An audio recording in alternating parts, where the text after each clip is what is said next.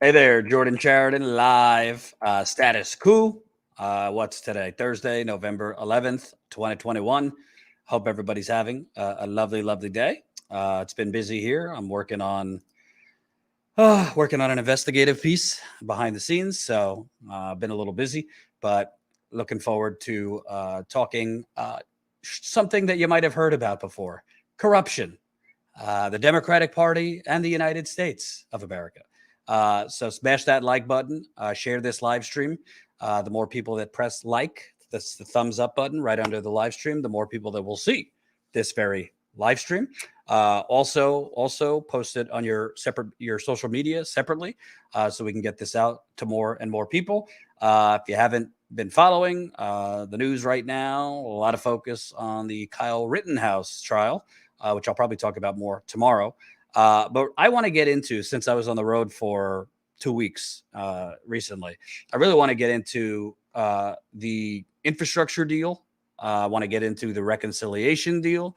And I basically want to get into why, staggering amounts of people, we're talking 80%, 90% of Americans support things, why we continually have all of these things whittled down to essentially the transformational bill you're going to get is like a coupon to Denny's, is what the Democrats are ultimately going to be offering. So couldn't think of anyone better to talk about this with.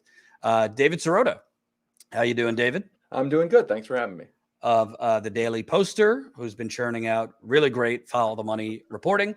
I also want to talk. You have this new podcast on Audible called Meltdown, which honestly, if you want to know the reasons behind right now and what's going on right now, listen to David's new podcast. I've listened to the first episode because it's pretty much night and day, strikingly similar to 2009 and 2010 when Democrats negotiated against themselves and essentially watered down the stimulus, Obamacare, to satisfy donors.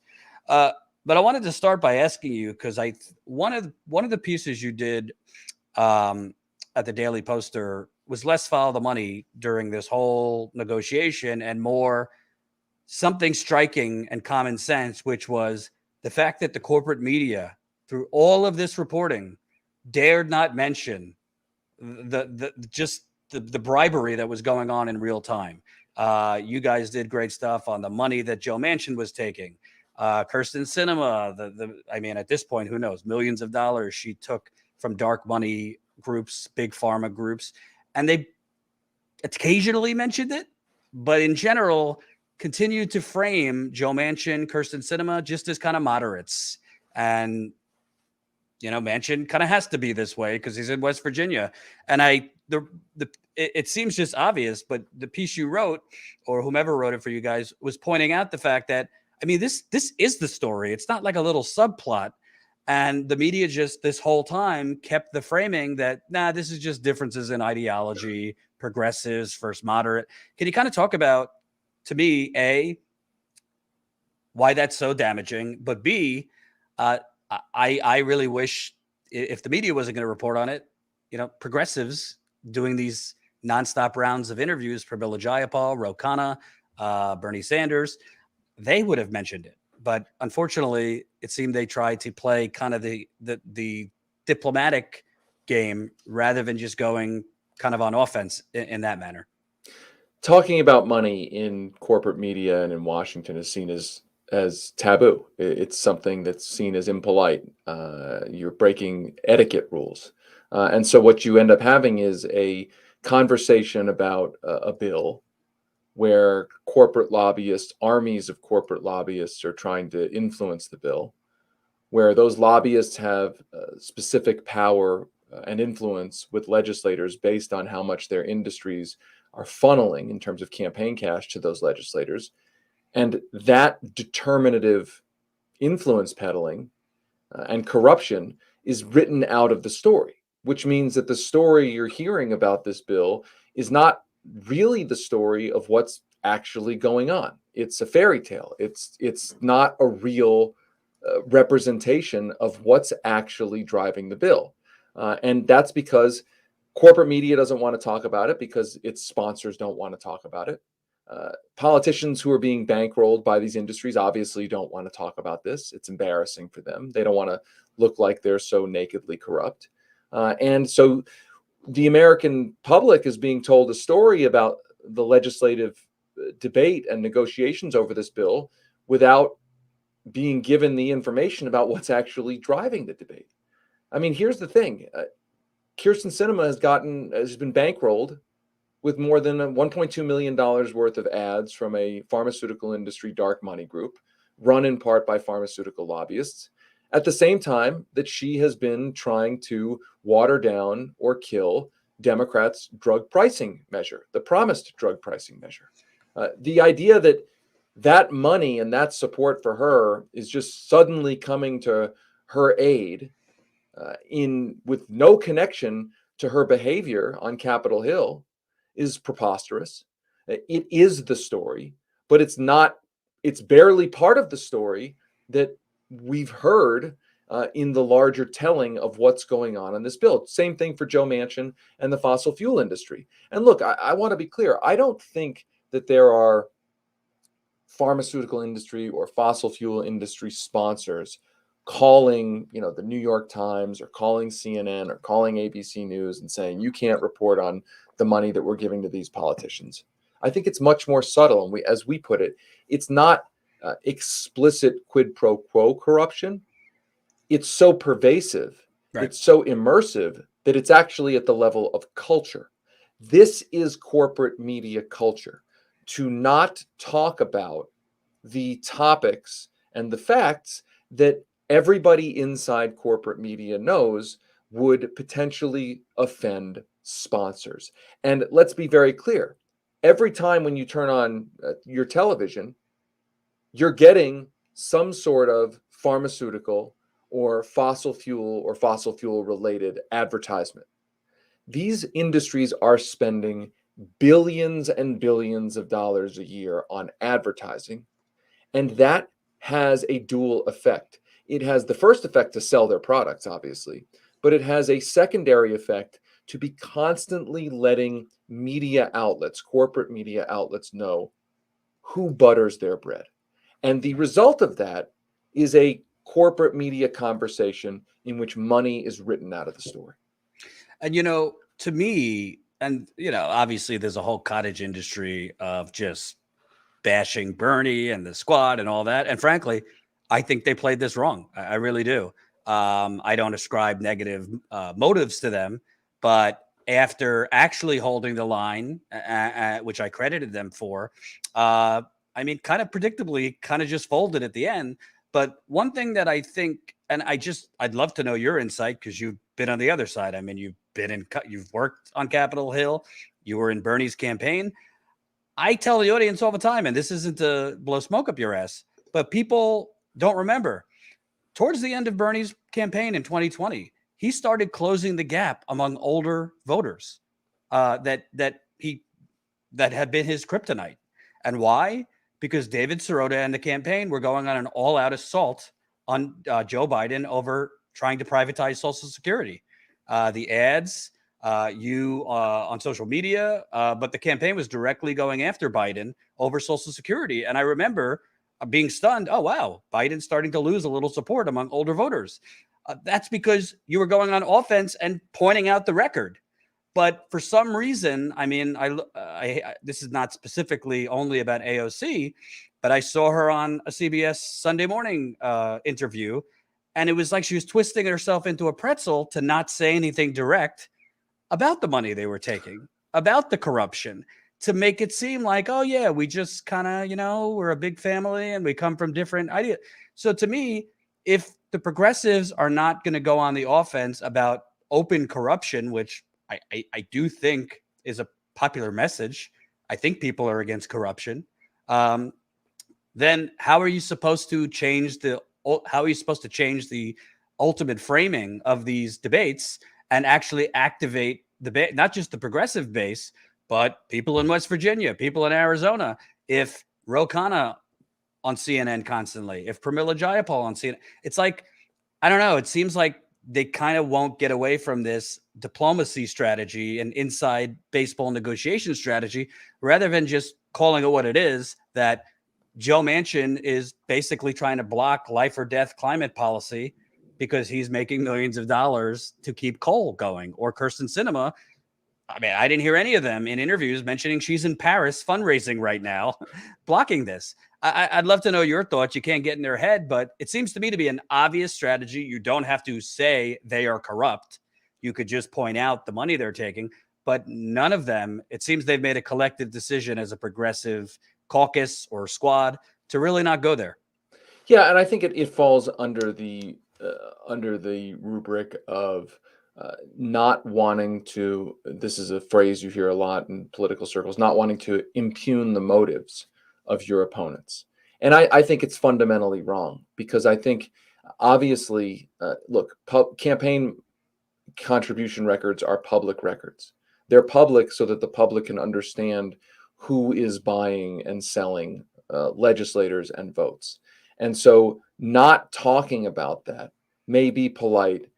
It may be, preserve some form of comedy and etiquette in Washington, but it strips out the reality of what's actually going on. And I don't think it's a personal attack to point out that Kirsten Sinema is getting a lot of money from the pharmaceutical industry while she's doing the pharmaceutical industry's bidding. It's not a personal attack on Joe Manchin hauling in large amounts of money from the fossil fuel industry while doing the bidding of the fossil fuel industry. It is not. It's not a personal or really negative attack. It's not an attack, frankly, to point out those facts. They are not attacks. They are facts. And if somebody perceives them to be an attack or negative, what they're saying is these are facts that should actually make us think differently about these politicians. And I would add that, look, I think everybody has a role to play. The Progressive Caucus leaders in Congress, they have to negotiate with other members of Congress. So I guess there's an argument. I'm not saying I agree with it, but there's an argument out there that, they have to keep it nice, let's say, and not really go for the jugular. And if you buy that argument, then the question becomes, well, where's the cavalry?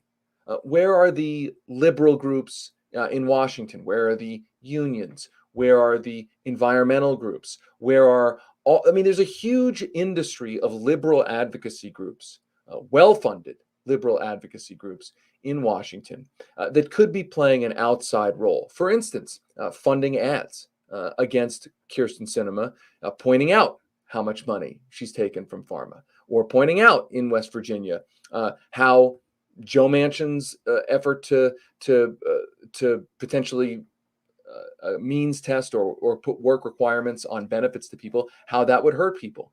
That really hasn't happened. It really hasn't. And so I think we need to understand that the corruption and the complicity in Washington is not just necessarily at times among folks, legislators on Capitol Hill, but it is a larger culture, an omerta.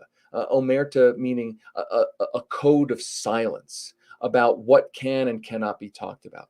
And again, going back to just blatant, obvious, in-your-face corruption, it is largely not talked about because of that omerta. An omerta that's in the Democratic Party, its coalition, its liberal advocacy groups, and in the corporate media. It is the thing that cannot be talked about, even though it is driving what politics is. I mean, I've said it before, I'll say it again. 99% of politics is basically the buying and selling of policy to benefit this or that private industry. And yet only about 1% of the discourse, the conversation, the media coverage is actually about that 99%. And I would argue, I get it, Jayapal, for example. Okay, she's head of the Progressive Change Caucus or Progressive Caucus in Congress. Maybe she's not the one to call them corrupt, right? But Manchin, you could tell, there were literally climate activists almost jumping on his Maserati. It's like comical that I even have to say his Maserati, right? He goes from his yacht to his Maserati. Right. There were kayakers rolling up, and that forced media coverage because basically you have to shame the media. They won't, as you pointed out, they won't report on it on its own. Just the blinking red light corruption and the legalized bribery. But Manchin, he kind of looked a little hot under the collar when those activists were, I'm not talking about violent, but getting up in his grill a little bit. Cinema, the bathroom thing. Everyone was indignant about the bathroom. Well, it got media attention. It got the discussion going about why is she blocking these things.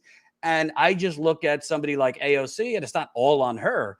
I mean, you got this army of people, not just Twitter followers, but just deflated progressives, whatever camp they're in, the nihilistic camp or the screw electoral politics camp or the screw it all camp, that I think can be activated if they see their elected leaders fighting.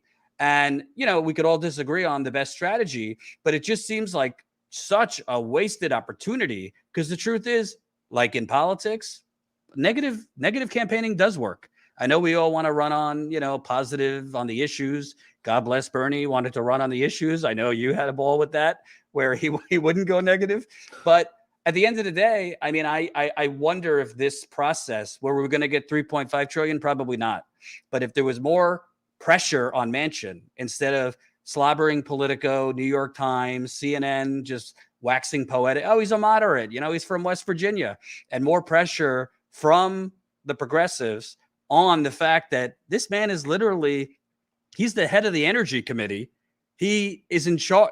He basically controls energy policy, and he financially benefits from keeping coal. The other thing is, frankly, when Joe Manchin is waxing poetic about an entitlement society, I didn't hear anybody talking about that his daughter, if it wasn't his daughter, might be in jail. So, famous for jacking up EpiPen prices. So I guess bottom line, before we move on, it just seems to me, yeah, progressives could be for the policies we believe in, but if they're going to basically, if they're going to ultimately say, well, we can't alienate our caucus, even the moderates, by going on offense, I fear we're going to be in the same position in 2 years, 4 years, and maybe while you and I are on planet Earth. I mean, I certainly agree. I think we're headed towards a repeat of history. I mean, I think this story has been told over and over again. Most recently, back as you alluded to, in 2009, 2010, which is what our podcast series Meltdown is about, which is that the Democrats got into power making certain promises. They got into power. They decided to side with their corporate donors, not deliver on those promises, not deliver the robust help that people needed. And the Republicans were able to take advantage of that and shellac the Democrats in 2010 and ultimately engineer the ascent of Donald Trump. And I think we're watching that same situation unfold right now, that the Democrats do not appear to be serious about delivering real material help to people in a way that they promised and in a way that needs to happen. And that creates higher and higher risk that the Republicans will be able to take advantage of voters' anger, of voters' feelings of disillusionment and frustration. It's not fair in a certain sense that the Republicans get to be the beneficiary of that frustration because they're not offering a better solutions. But that's the way we know it goes. That's the way we know it unfolds. And look, I think to a certain extent, the Congressional Progressive Caucus is not the biggest problem, in the sense that they have at least tried to fight somewhat.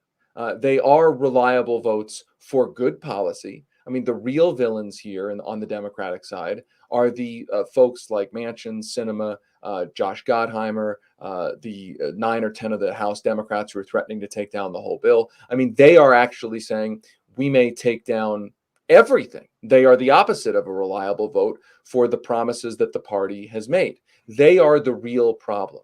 But I would argue that the only way to actually really combat that real problem is to be as serious about passing a real bill as they are serious about taking down a bill, and mobilizing and animating the White House to forge a deal that brings those two parties together. Right now, because the Congressional Progressive Caucus is taken for granted.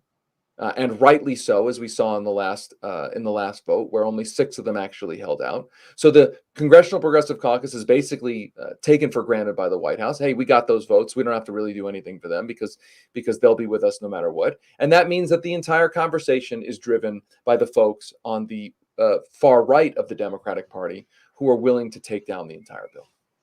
And I want to move to Biden in particular because actually, let's play this clip, Colin, of Biden today, waxing poetic once more about he's going to deliver great union jobs. China's outspending us on research and development. China is outspending how these other countries are as well. And here's what I'm going to do.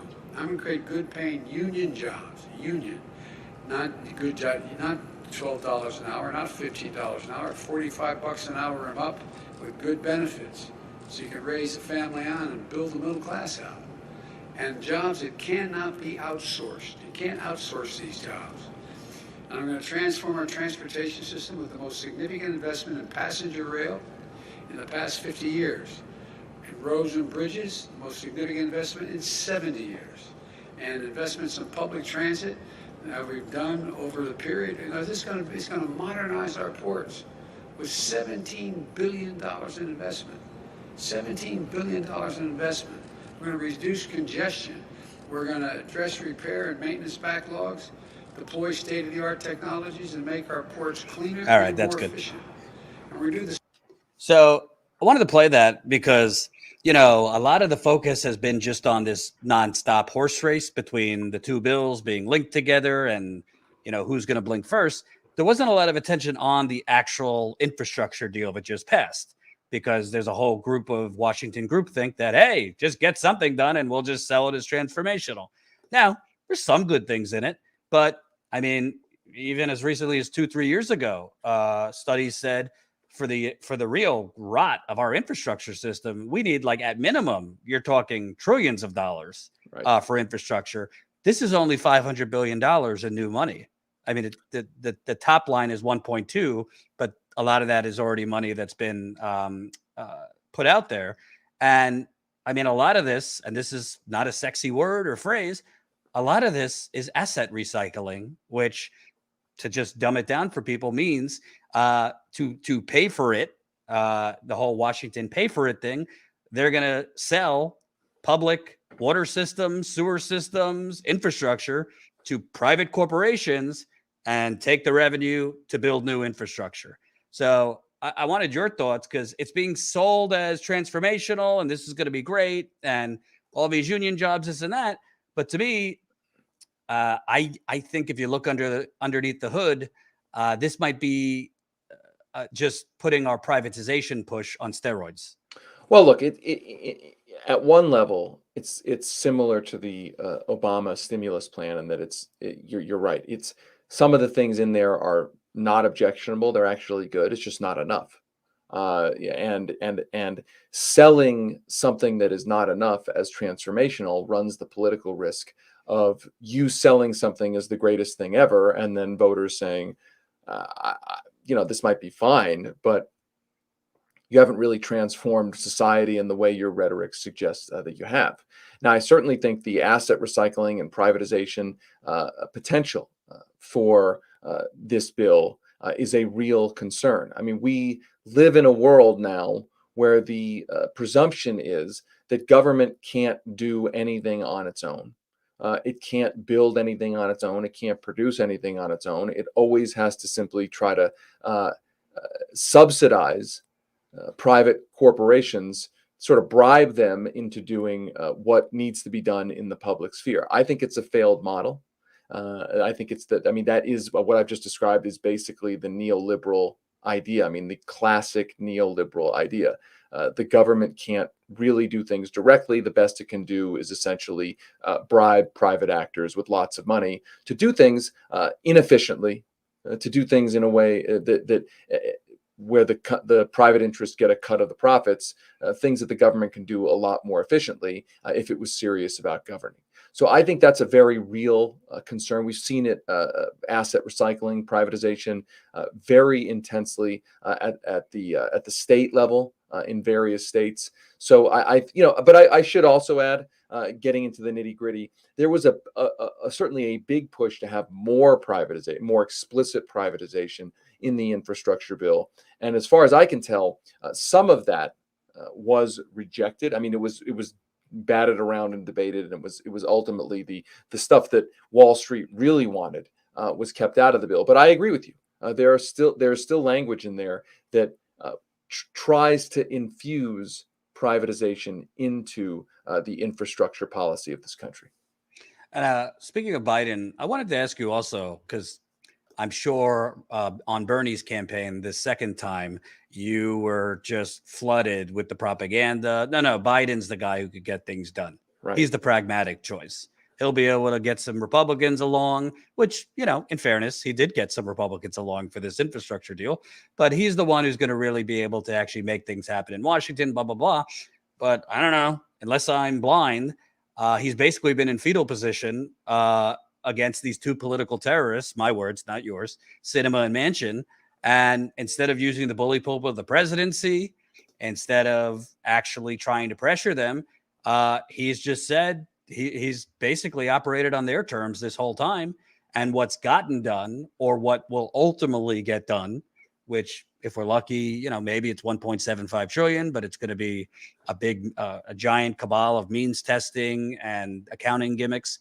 I don't even know if that's going to be enough to really be significant change for people that they would keep Biden in office or keep the Democrats in power. So I just wanted to ask you, as somebody who was on the receiving end of like, no, Bernie won't be able to get anything done. He's a radical socialist.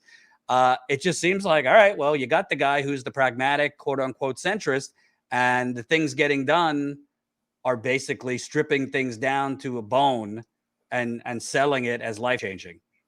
Yeah, look, I agree with that. And I would say this. I would say that Joe Biden, there's something fundamentally in tension with Joe Biden that both in his campaign and in the way he's governed. He made two sets of campaign promises. He made all sorts of promises that he was going to transform the economy, significantly help people, materially improve people's lives, change the economy in a positive way. He also made a promise to his biggest donors that nothing would fundamentally change. That's a direct quote. So obviously, those two things are in tension.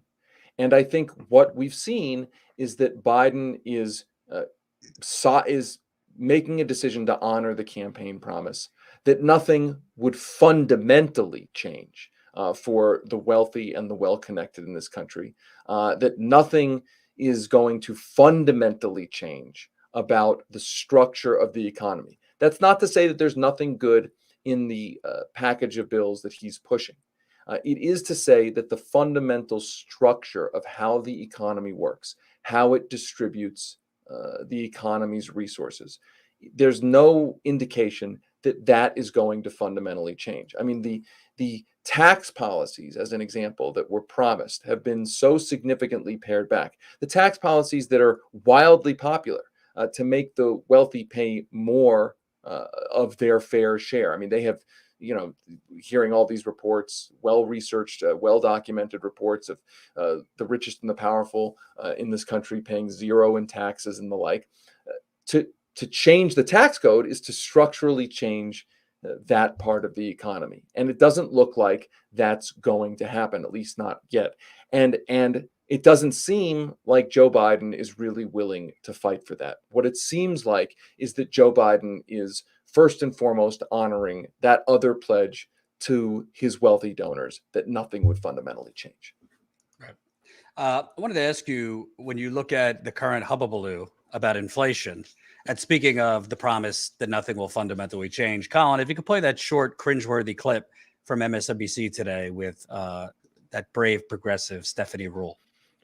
We don't have enough people to fill our current jobs. And this argument, there are going to be jobs at higher wages. Higher wages are one of the contributing factors to inflation. Oh, boy. So for those that don't know, that's Stephanie Rule. She's an MSNBC anchor. I think she used to work at Goldman Sachs or some financial. Yeah, Deutsche Bank. Yeah. Deutsche Bank. Thanks. Yeah. So first of all, it seems like outside of this electoral mess we got some actual movement among workers. I don't want to overplay it. It's not the strike wave of the 1940s, but compared to organized labor of the last 20 years, we got some movement as far as the strikes that are going on. Now you have Kaiser Permanente, one of the biggest healthcare companies in the country. John Deere is still on strike. Starbucks, which I just covered in Buffalo, their union drive. And you have a lot of these workers quitting. It seems like Stephanie Rule and Larry Summers and the usual gang are basically saying, well, yeah, you're going to get inflation if we actually pay workers a living wage. That's their argument. That's right. Now, of course, the way, if you were serious about wanting to combat inflation and you're worried about higher wages for workers, one way you can take money out of circulation is to actually pass policies to raise taxes on people like Stephanie Rule, very wealthy people. That's one way to combat inflation. I mean, don't be a rotten communist. Right. I mean, it's amazing. Look, that clip is amazing to me in that you have a television roundtable of very wealthy people bewailing the idea that the service workers who serve them should make $1 more an hour or $2 more an hour. I mean, we are living in an era that is absolutely and positively beyond parity at this point. And it's really pretty pathetic how divorced from economic reality the elite media discourse is from what's actually happening in the economy. Look, there's a debate right now about is inflation temporary? Is it systemic? I think there's a strong argument that it is temporary. It has to do with the pandemic. It has to do with a demand surge after the pandemic, also a supply chain shortage during the pandemic because of all the disruption into the economy. It's not clear if it's going to be temporary or ongoing. But what is clear is that there is an obvious effort to weaponize inflation against workers, not necessarily against people making $5, $10, $15, $20 million a year. And that's the tell. That's the tell that we're not having an honest conversation. Because if you were worried about inflation and workers' pay, the first questions you should be asking are, what about the people at the top of the income ladder who've been making enormous wage gains, salary gains, and capital gains for decades? What about their effect, the pay to them? What about the effect that's having on inflation? What about the effect, as an example, there was a story, I think it was the LA Times, the story about how the yacht industry is having an inflation problem because so many wealthy people have made so much more money during the pandemic that they are now trying to buy super yachts. Why is that not part of the conversation about inflation? And the answer is because the people who control the conversation are the people who are buying those yachts. Well, it also goes to, and you've done great reporting on this at the Daily Poster, we get a lot of messaging from Democrats, against the Bush tax cuts, against Trump's tax cuts. Well, Pelosi's the one that didn't want the billionaires tax. I don't know if you reported it or somebody reported it, that when they, in the last minute to pay for this reconciliation deal, she called it a stunt and she was against the billionaires tax. The SALT tax, which is the state and local deduction, to basically dumb it down, it's just a massive tax cut for people, upper middle class or really, really wealthy people. They're trying to ram that through as a poison pill in the reconciliation deal that by some estimates would be even more tax cuts for the rich than the Trump tax cuts. So you have a party that's very good at like marketing and branding that they're against, sock it to the rich. That seems very at the service of the rich. That's absolutely right. The fact that the tax, I was encouraged at the beginning of the Biden presidency where he was talking about getting serious about raising taxes on the wealthy. I mean, I wasn't deluded. I wasn't sure he was going to stick with it, but some of the rhetoric coming out of the White House about the need to actually raise taxes, I thought was refreshing. They have since backed off of it. And I think, the fix is basically in. I mean, and if you pull back, I think that's actually the question here that I don't know the answer to, which is Joe Biden getting what he actually wants? is Joe Manchin and is Kyrsten Sinema and all the others in Congress who are whittling away this bill, are they actually doing that with the tacit backing of the White House? Is this exactly what the White House has gamed out? We will go out there and say we're for these things, then you, Manchin, Sinema, and the like will whittle down the bill, and there's a wink and a nod, and this is actually what we want, so that Theater. part of our party can look like we're trying to fulfill our campaign promises, and then another part of our party is actually doing the protection racket for our corporate donors. Lately, it has started to feel like it is theater, like this is performative, like this is all a ruse. I don't want to be that cynical, but I also am. I've always been a realist, and it's really starting to feel like that. Well, it also, honestly, at the end of the day, because it just seems like Democrats are more focused on keeping power rather than doing something with the power they have now. By some, I mean, some could suggest Biden didn't want to go all the way because he was afraid that Manchin would go over to the Republican Party, and there goes the Senate. I think that's bullshit, but you hear a lot of that, that they didn't want to go too aggressively on Manchin because it seems he would be very happy to go over to the Republican Party. I wanted to kind of bring it full circle because now Ken Langon, multi-billionaire, has funded every Republican known to man. He's gleefully, if you have this, Colin, he's going to hold us a fundraiser for Joe Manchin. And he says, I'm going to have one of the biggest fundraisers I've ever had for him. He's special. He's precious. He's a great American. This is Ken Langon, healthcare executive, all that. So it just kind of brings it full circle to this corruption. It's right there in blinking red lights.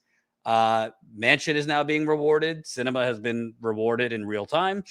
It remains to be seen if either of them even want to run for re-election. They both are set for life as far as what comes next, but they have been rewarded. And I don't think it's just them, by the way. I think they are the convenient boogeyman for a lot of others who probably wanted a lot of these things stripped out too for their donors. But, your final thoughts on they're being rewarded now. And it seems like if we get a reconciliation deal now with the Manchin being able to point to inflation, which he's been huffing about forever, it might be stripped down even further. Yeah, and look, I think your point about I mean that fundraiser is one example. I mean, there's another example we flagged, which is that when the billionaire tax was proposed, first Manchin made some comments that he wasn't necessarily opposed. Then about a week later, he came out and said that he has deep concerns about it and essentially was against it.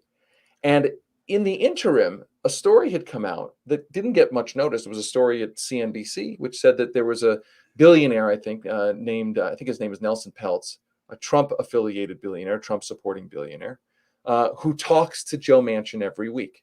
That's what he said. So what was interesting is that it kind of fit the exact timetable. Like Manchin, like the billionaire tax proposal came out. Manchin said, I may be okay with this. Then about a week went by where presumably he might have had a conversation with that billionaire. And then suddenly Manchin came out and said, I am against this. Well, that to me is a microcosm of how things work. That the negotiation in Congress over these policies is not really a negotiation between one side of the Democratic Party and the other side of the Democratic Party. It's really a negotiation between some members of the Democratic Party and the donor class. That's what's really going on. It is a negotiation between the party and the puppet masters, and that's what has happened in every single controversial provision in this bill. Right. And can you tell people, because it's really connected, I think, even though it's a decade apart, your podcast Meltdown, which is on Audible, really focuses on how Democrats essentially negotiated against themselves, watering everything down in the aftermath of the financial crash. I mean, it led to Trump and is kind of repeating itself now. Absolutely. And you don't have to believe you or me that it led to Trump. I mean, it was Steve Bannon who said that the legacy of the financial crisis is Donald J. Trump. And what he meant by that, and I'm not saying obviously that was a bad thing that happened. But I think that that there has been an effort to erase the connection between the Democrats' response to the financial crisis and the backlash conditions that first led to the Tea Party and the Tea Party's 2010 midterm success, and ultimately to Donald Trump. That has been memory hold. It has been memory hold because to acknowledge that that's what happened is to acknowledge what the Democrats' decisions were that didn't have to be, but that were. Their deliberate decisions to answer the question, which side are you on? And they answered it with, our side is going to be with our big donors. And in that case, Wall Street. They did not take seriously the need to actually directly help millions of people amidst that crisis. They took a bailout fund and they made it deliver a bailout to a handful of financial institutions. They did not redirect it in a serious way into direct help for homeowners. Millions of people were thrown out of their homes. Communities were destroyed. The Democrats were left essentially siding with Wall Street, giving Republicans a political bailout that the Republicans needed to portray themselves as establishment populists. And that is the danger of this moment. This is not just ancient history. The danger of this moment is that Democrats don't realize the cautionary tale, or don't care about the cautionary tale embedded in what happened to them only 12 years ago. And look, this is not some rocket science. FDR understood this. FDR, at various moments in his presidency and in his presidential campaign, made very clear that he understood that a New Deal level investment in the working class was not just morally necessary. It was not just economically necessary, but it was necessary to preserve democracy, because he understood that failing to deliver for the working class would create optimal conditions for fascists in this country to take advantage of the frustration and the angst and the desperation. He said that quite explicitly, and he understood that. And what's really terrifying is that the Democratic Party is in a similar position. They are in power in a crisis, and they do not seem to care, understand, or care that if they do not deliver for the working class of this country, they are actively helping create conditions that are most optimal for this generation's brand of fascists and authoritarians. And people could find that on Audible. Yes, it's on Audible. Definitely check out the Daily Poster. I mean, I could tell you, Status Coup. It's not glamorous following the money, or in our case, going on the ground. A lot of other kind of content of the hot take machine seem to do better. But I think what David and his team are doing, really following the donors, following the fundraisers, following the money, getting into the weeds on kind of this legalized bribery system. It ain't sexy, but that's actually what's screwing you. So definitely, check out the Daily Poster. And thanks for coming on, man. Thank you. And thanks for your work. Thank you.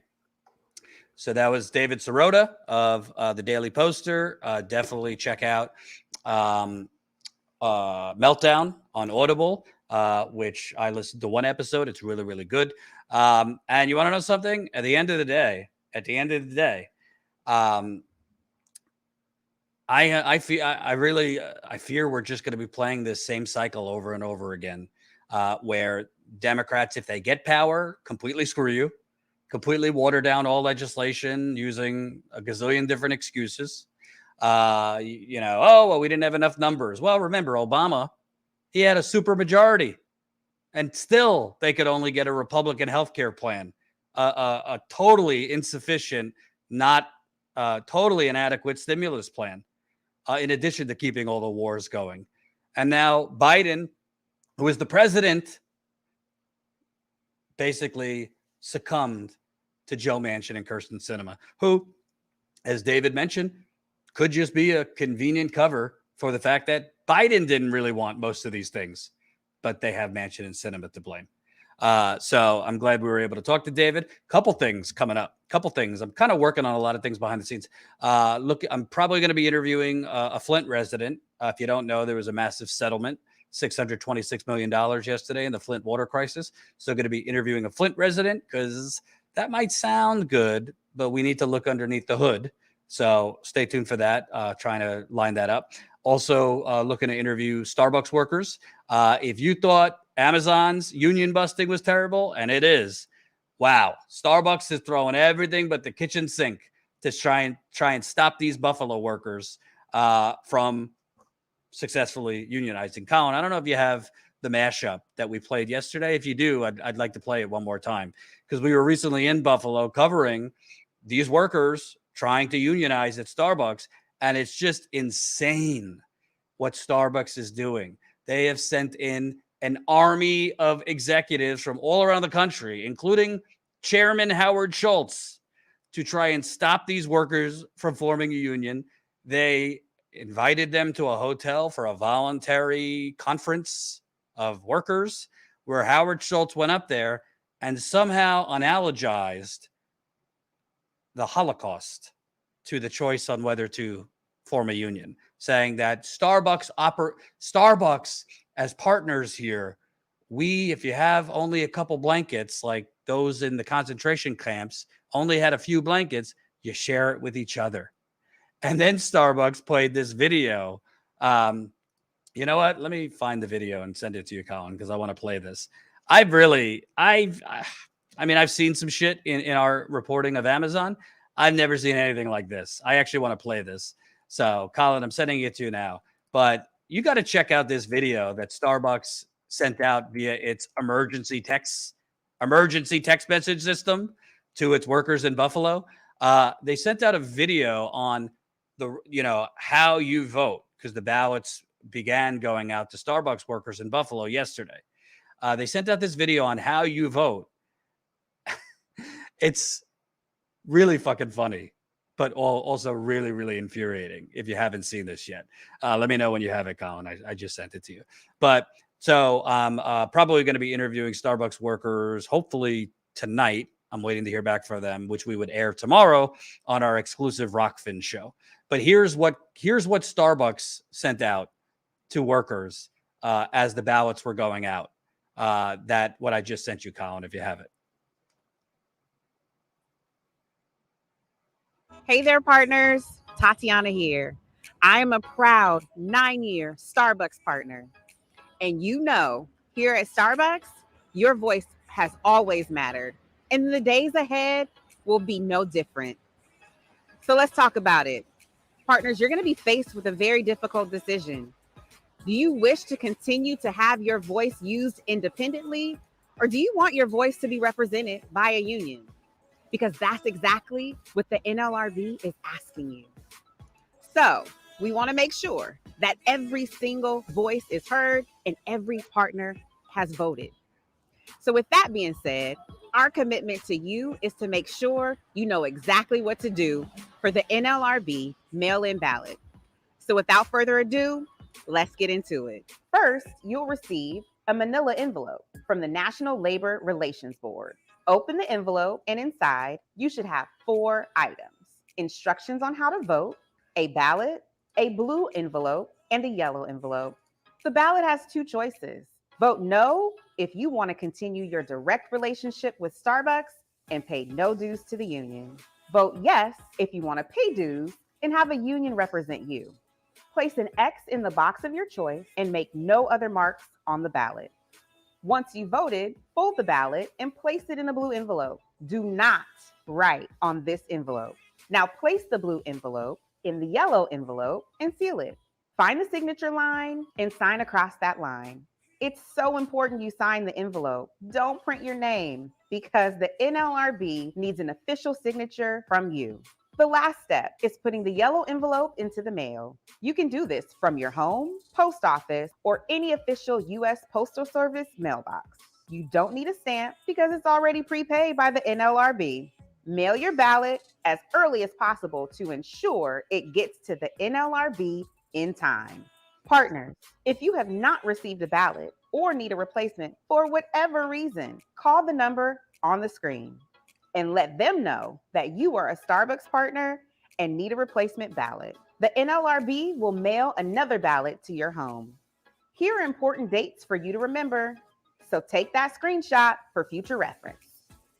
Thank you so much, partners, for your time and for using your voice. This vote is personal and it's private. It's a secret ballot.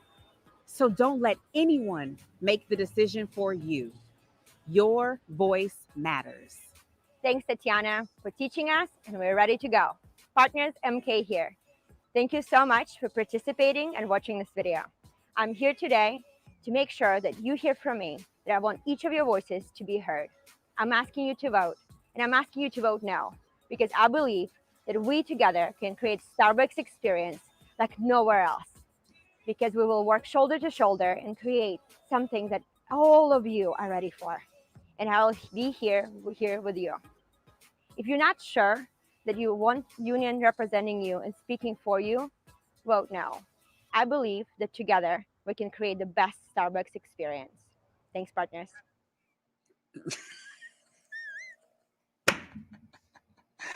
Oh my God. That's so fucking terrible. So the best part of that, first of all, you got to love, like, as they're, just giving you the directions, that she checks the box no. So the first 2.5 minutes is supposed to kind of be like, oh, we're just giving you the directions how to vote. We don't have an opinion here. Yeah, just vote no. That box just seems to be checked. No. But then at the end, the woman, all this vague, grandiose talk about, our special direct relationship. Well, I don't know. I was just there. Colin and I were just there. If the relationship between Starbucks and the workers was so special and this wonderful direct relationship, they wouldn't be trying to form a union now, would they? I mean, it's just amazing, the propaganda. I don't even know if that woman works at Starbucks that said that shit at the end. But it's the same desperate propaganda playbook of it's like Amazon workers that they exploit, they call them associates. Starbucks workers that they exploit, they call them partners. Well, from what we found out, and we're going to play the clip just if you didn't see all of our reporting while we were in Buffalo covering this on the ground, it doesn't really seem like an equal partnership. Now, does it? Colin, let's play it. People have asked, oh, why Starbucks? Why are you guys organizing? And I think first and foremost, throughout the pandemic especially, we've been called essential workers. And just having lived through the pandemic and being called that and understanding that the conditions and the living standards that we have, it's just simply unacceptable. And I think we're trying to change the working conditions not only for Starbucks workers, but, hopefully this leads to more people being able to say, enough is enough. I also want a better working environment and an actual say in my workplace. They gave us, completely against our wishes, 2 additional support managers. What they're supporting other than the anti-union campaign remains to be seen. There's as many people they brought in here, almost as many, I believe, as people voting in the union election. That's the type of disruption you're not supposed to do. I'm a regular at a couple of the stores here. They've taken the stores that I know people at, and they disrupted them by doubling the size of the people at times. That's dangerous. 2 of our committee just got COVID. They were put into a work situation purely as a way to disrupt about the union. The timeline, lines up that within those 12 days from October 1st to the 12th is probably when we would have gotten COVID, right before we went out. On isolation. And the only thing that's really been different in my life is that I've been working with upwards of 10 to 15 or 10 extra people, 12, 13 extra people. And that's just people on the floor.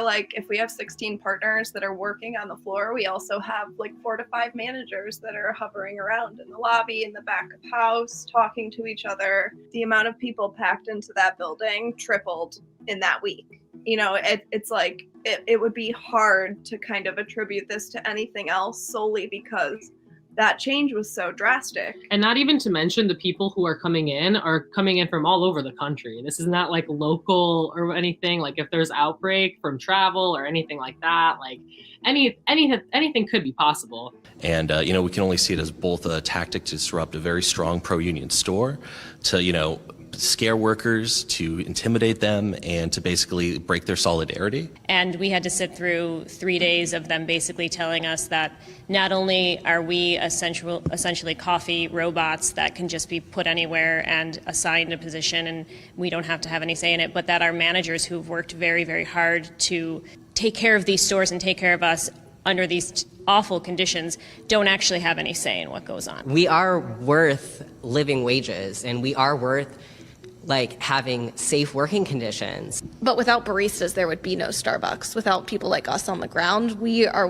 what makes Starbucks what it is. And, you know, Kevin Johnson just got a $20 million bonus over the pandemic. Well, you know, we were the ones in the stores. Most of my coworkers got sick with COVID, if not all of them. So, you know, just wanted to say too that Starbucks has the ability to raise living standards, and they've chosen not to. It's usually the first 25, 30 minutes is them talking at us. And generally, at this point, it's all anti-union. It started off the first 2 meetings were kind of, we're here to help you, you raised your hand, we're so excited to be here and fix things. And then they've gotten progressively, they've broken us into smaller groups. They've scheduled these so that the most vocal of us are in one group and the quieter people are in other groups. So I mean, it's blatantly obvious to us, and I'm sure that they know that. I'm just not so sure that they care. Unions come out of, you know, struggles of working class people from, you know, the 1800s and before. You know, and we know what a union is. We know what the values of a union are. It's to support working class people. You know, so Starbucks was piecing together every, you know, bad piece of information they could find on unions to create this kind of like a collage of anti-union messages. They were pulling, you know, practices from the trade unions, from different unions from different sectors, you know, to try to intimidate workers. You know, they'll do anything but actually talk about, you know, what unions actually do. They also put up the financials of the union to try to explain that, you know, the higher echelon of the union, as you will, are making lots of money, and that's my dues paying into their salary. So I asked them if I could see Starbucks financials, and they said, well, that's public information. And I said, well, this is all public information as well, but you spent time to make a 25-minute PowerPoint about it. I said, can you explain to me why I shouldn't be concerned that our CEO got a $20 million bonus in the middle of a pandemic, and I have partners who can't afford to pay their rent and put groceries in their fridge on the same week? They kept saying, well, the union is a business. And I said, as opposed to Starbucks non-for-profit? I mean, like, who are we trying to fool here? You know, you guys say you're not anti-union, yet this is the most anti-union thing I've ever seen in my life. Like, how can you say that? And they were like, well, we're just giving you the facts. Well, it's like, okay. So you could watch that whole video. It's up on the channel. And by the way, breaking news alert, the Flint resident that I was waiting on just got back to me. She's ready to go. So we'll be Flint resident will be joining me in a few minutes to talk about this $626 million settlement, which sounds pretty good. So we'll find out if that is indeed good. But by the way, you guys are funding that reporting. You guys have funded this reporting that we did in Buffalo covering Starbucks workers trying to unionize. While we were there, we interviewed hospital workers that were on strike who just agreed to a new contract. So we were able to interview them right before they agreed to that new contract. Obviously, we covered India Walton's campaign. This on-the-ground reporting, humbly as I could say, do you see a lot of other people doing it? You see a lot of other independent outlets out there scratching quarters together. We don't have any big fat cat donors. We don't have any big investors. We don't take money from the big banks, the fossil fuckers, big pharma, big real estate, Silicon Valley, military industrial complex. None of it. We're funded by you. So please, thank you if you support this journalism as a member. If you're not a member, consider signing up today. That's statuscoup.com/join. You can become a member for as low as $5 a month. $5 a month can help fund this reporting. It's almost the end of the year, but we got other plans for trips to take on the ground. And we're going to be doing our members call next week. So our members only call next week. So definitely sign up today. And if you're a member, you'll get the link to our members only call next week. But the thing about that, what are you fighting for? The thing about that, so we interviewed those workers before Starbucks huddled them up at a hotel for special guest Howard Schultz, the chairman. Colin, if you have that New York Times article I just sent you, by the way, poor Colin, like while we're live, I'm sending him, hey, here's a video, here's an article, get it ready in 2 seconds. So God bless Colin, our producer. But I want to show you this part. So Howard Schultz wrangled all those workers together from Starbucks to a hotel as billed as like, hey, it's a get together among partners. Let's hear what he had to say. Colin, if you could go down to the part. But on Monday, Starbucks appealed the ruling that there should be an election, arguing that the board's acting regional director erred in not setting up a single election involving all stores in Buffalo. It asked the NLRB, the National Labor Relations Board in Washington, to review the decision and for a stay in mailing out ballots until the board rules. A single larger election typically favors the employer. Some workers who attended Howard Schultz's talk at this hotel in Buffalo were confused by a story he told about the Holocaust, in which he noted that only a small portion of prisoners in German concentration camps received blankets, but often shared them with fellow prisoners. Quote, so much of that story is threaded into what we have tried to do at Starbucks is share our blanket, Mr. Schultz said, according to the transcript. Quote, felt like it wasn't a very appropriate analogy, said Colin Cochran, a barista and union supporter in Buffalo, whose store is not one of the 3 scheduled to hold an election. After Mr. Schultz finished his Holocaust blanket comments, a union supporter stood up and urged Starbucks to endorse a set of, quote, fair election principles that include allowing the union to make its case to workers on company time. Apparently, soon after that, Starbucks ushered that Howard Schultz straight out of the hotel. So this is what's going on. You know, Starbucks, they treat you as you're their partner. And then when you try and form a union to get basic, working conditions, when you try and form a union to get, a little say in the workplace, to try and fix the seniority issues. I interviewed a woman who had been at Starbucks for 11 years and she only made like 40 cents more an hour than a brand new worker. How's that?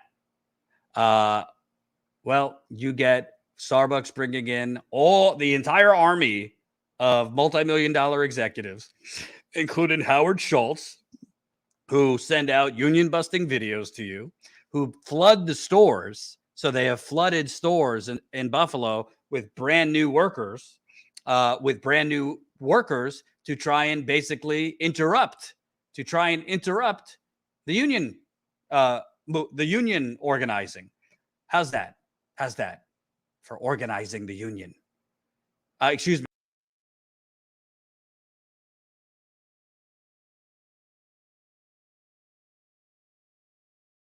Oh, did I go for a second?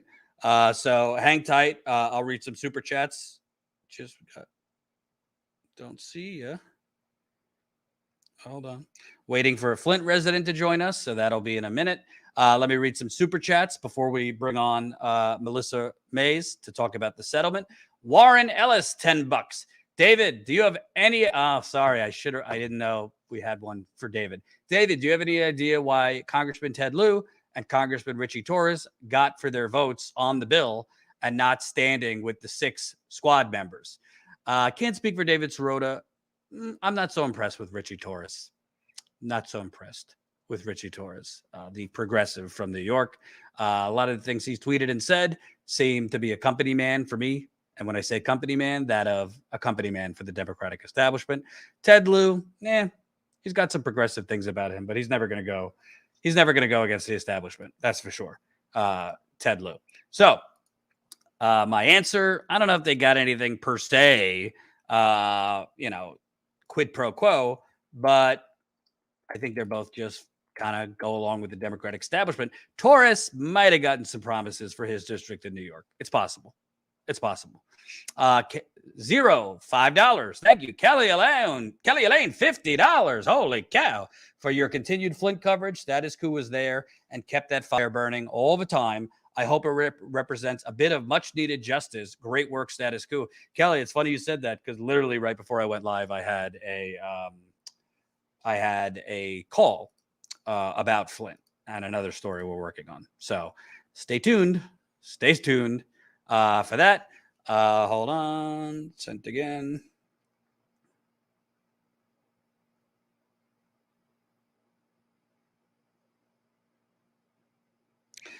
Thank you for the $50, Kelly. That's really generous. Chris, $5. No notification for the first time in months. Google working overtime to protect the establishment. Status Coup focusing on workers and not drama is why I support. Oh, that comment is just beautiful. Yeah, I've been trying to really just avoid the drama.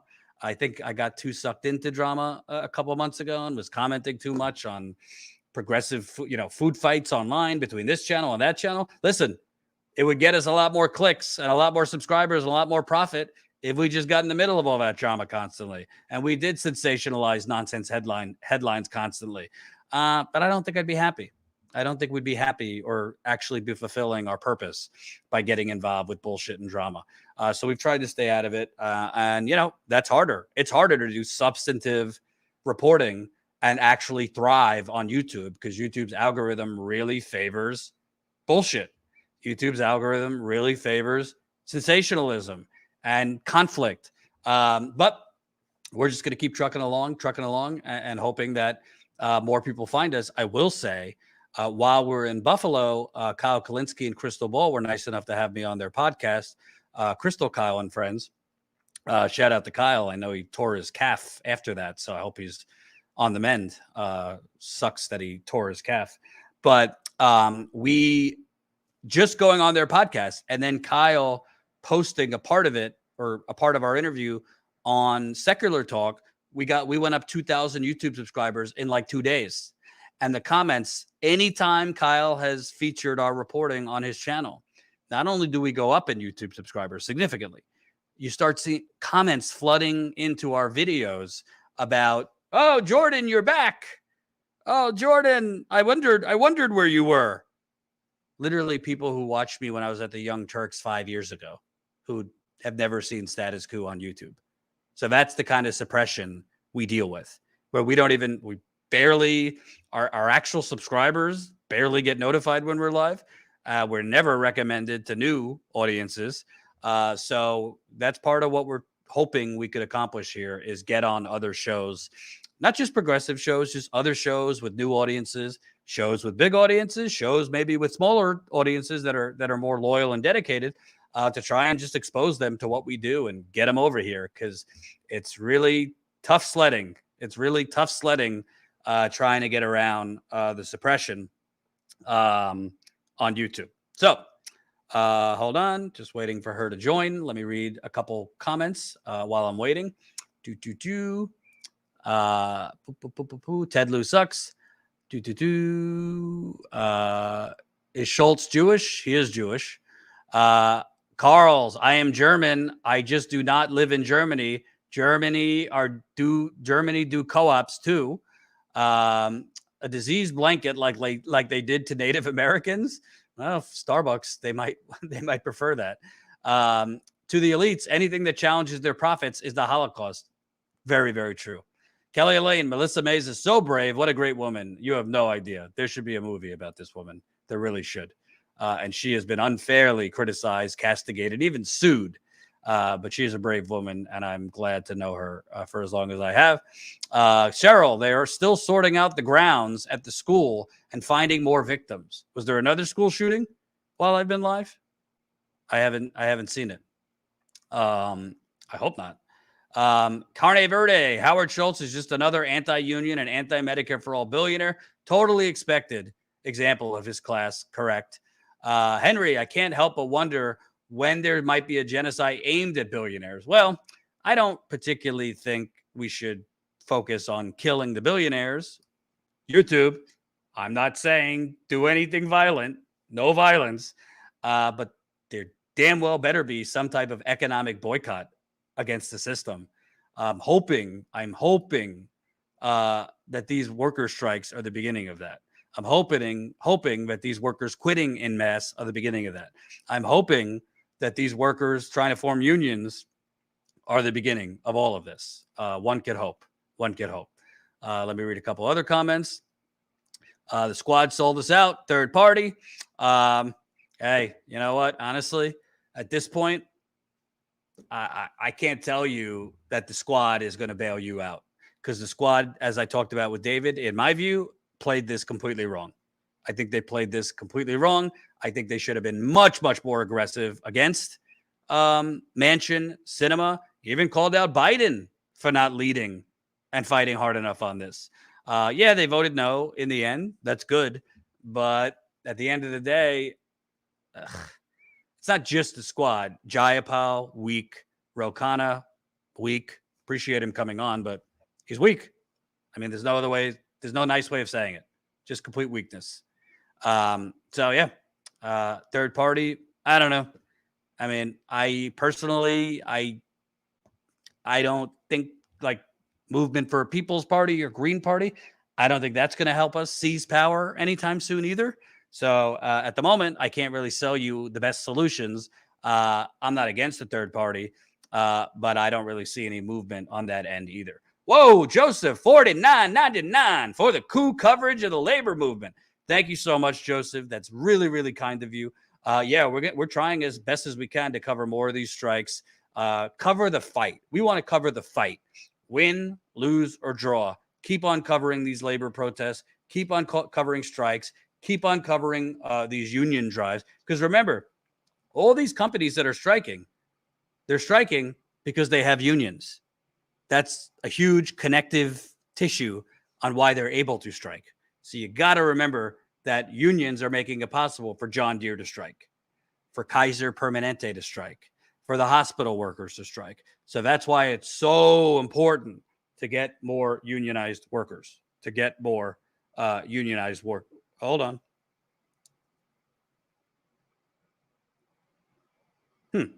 Hold on one second.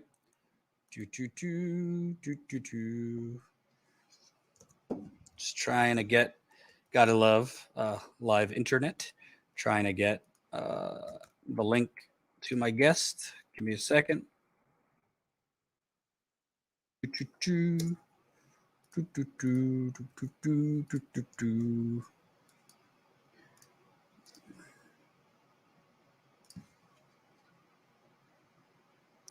I will read. Hold on. More super chats coming. I'll read them.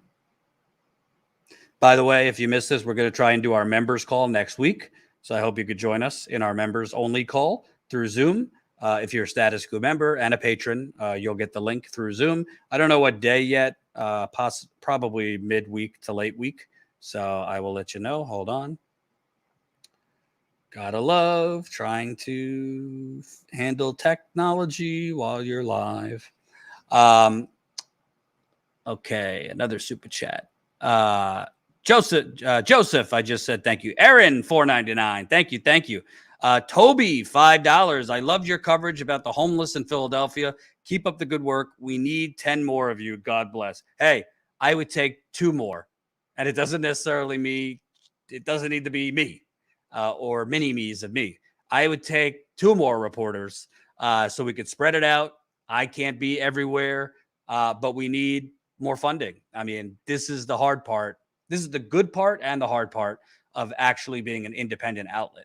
There's no shortcuts. We don't have the funding yet because we don't take money from the vultures, from the corporate vultures.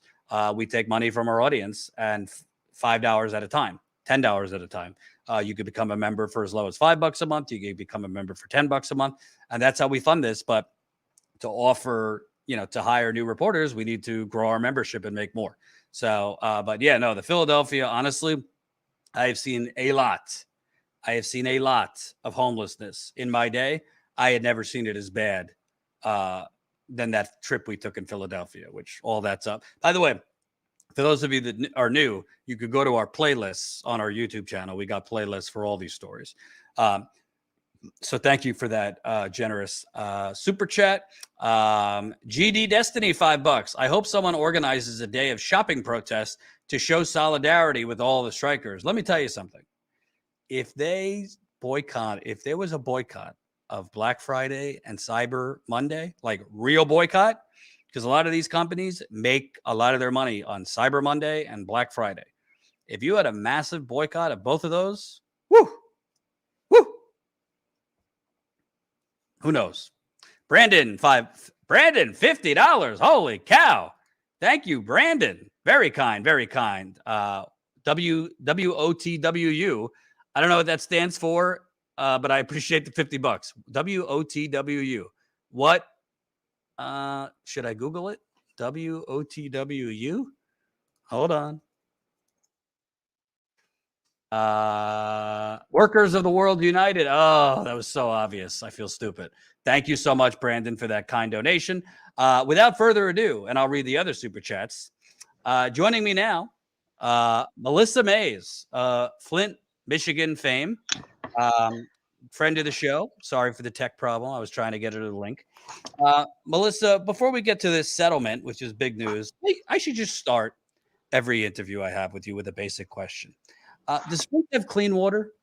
No, we don't. We still have contaminated mains in the streets coming from the water treatment plant. We still have contaminated pipes and appliances and fixtures in our home. So no, and we still have lead service lines in the ground. So until all of these things are fixed and replaced, no, we don't have clean water and won't. And that would be, we're going on 8 years of this. Yeah, we're at 7.5 so far and counting. So hooray. Because it's funny, we're talking today, we could talk about this offline, but I had a conversation today with a media outlet. And again, it's the same thing when I'm trying to pitch them stuff because I haven't gotten off this story. It's really having to re-explain it for the first time because all of them have just stopped covering it years and years ago. And I was trying to explain because one of them said to me like, oh, well, at least the water is better. And I said, yeah, no, that's not actually the case. I was just there. People are still getting rashes. People are still losing hair. I've had residents tell me their eyes burn in the shower. I've smelled the water. So I think that's the top line before we get to the settlement, because I think there's been a lot of massaging massaging of messaging by the state of Michigan, even by the Democrats, the attorney general, the governor, that now this is just about healing. This is about restoring trust, but the water's fine. And it really pisses me off when outlets like Politico run headlines like Flint's water's safe. Why don't people trust it? Well, maybe you should fucking go to Flint before you say the water's safe. Right. So I just wanted to know from a resident who's lived and breathed and drank this, frankly, that it's not hunky-dory there.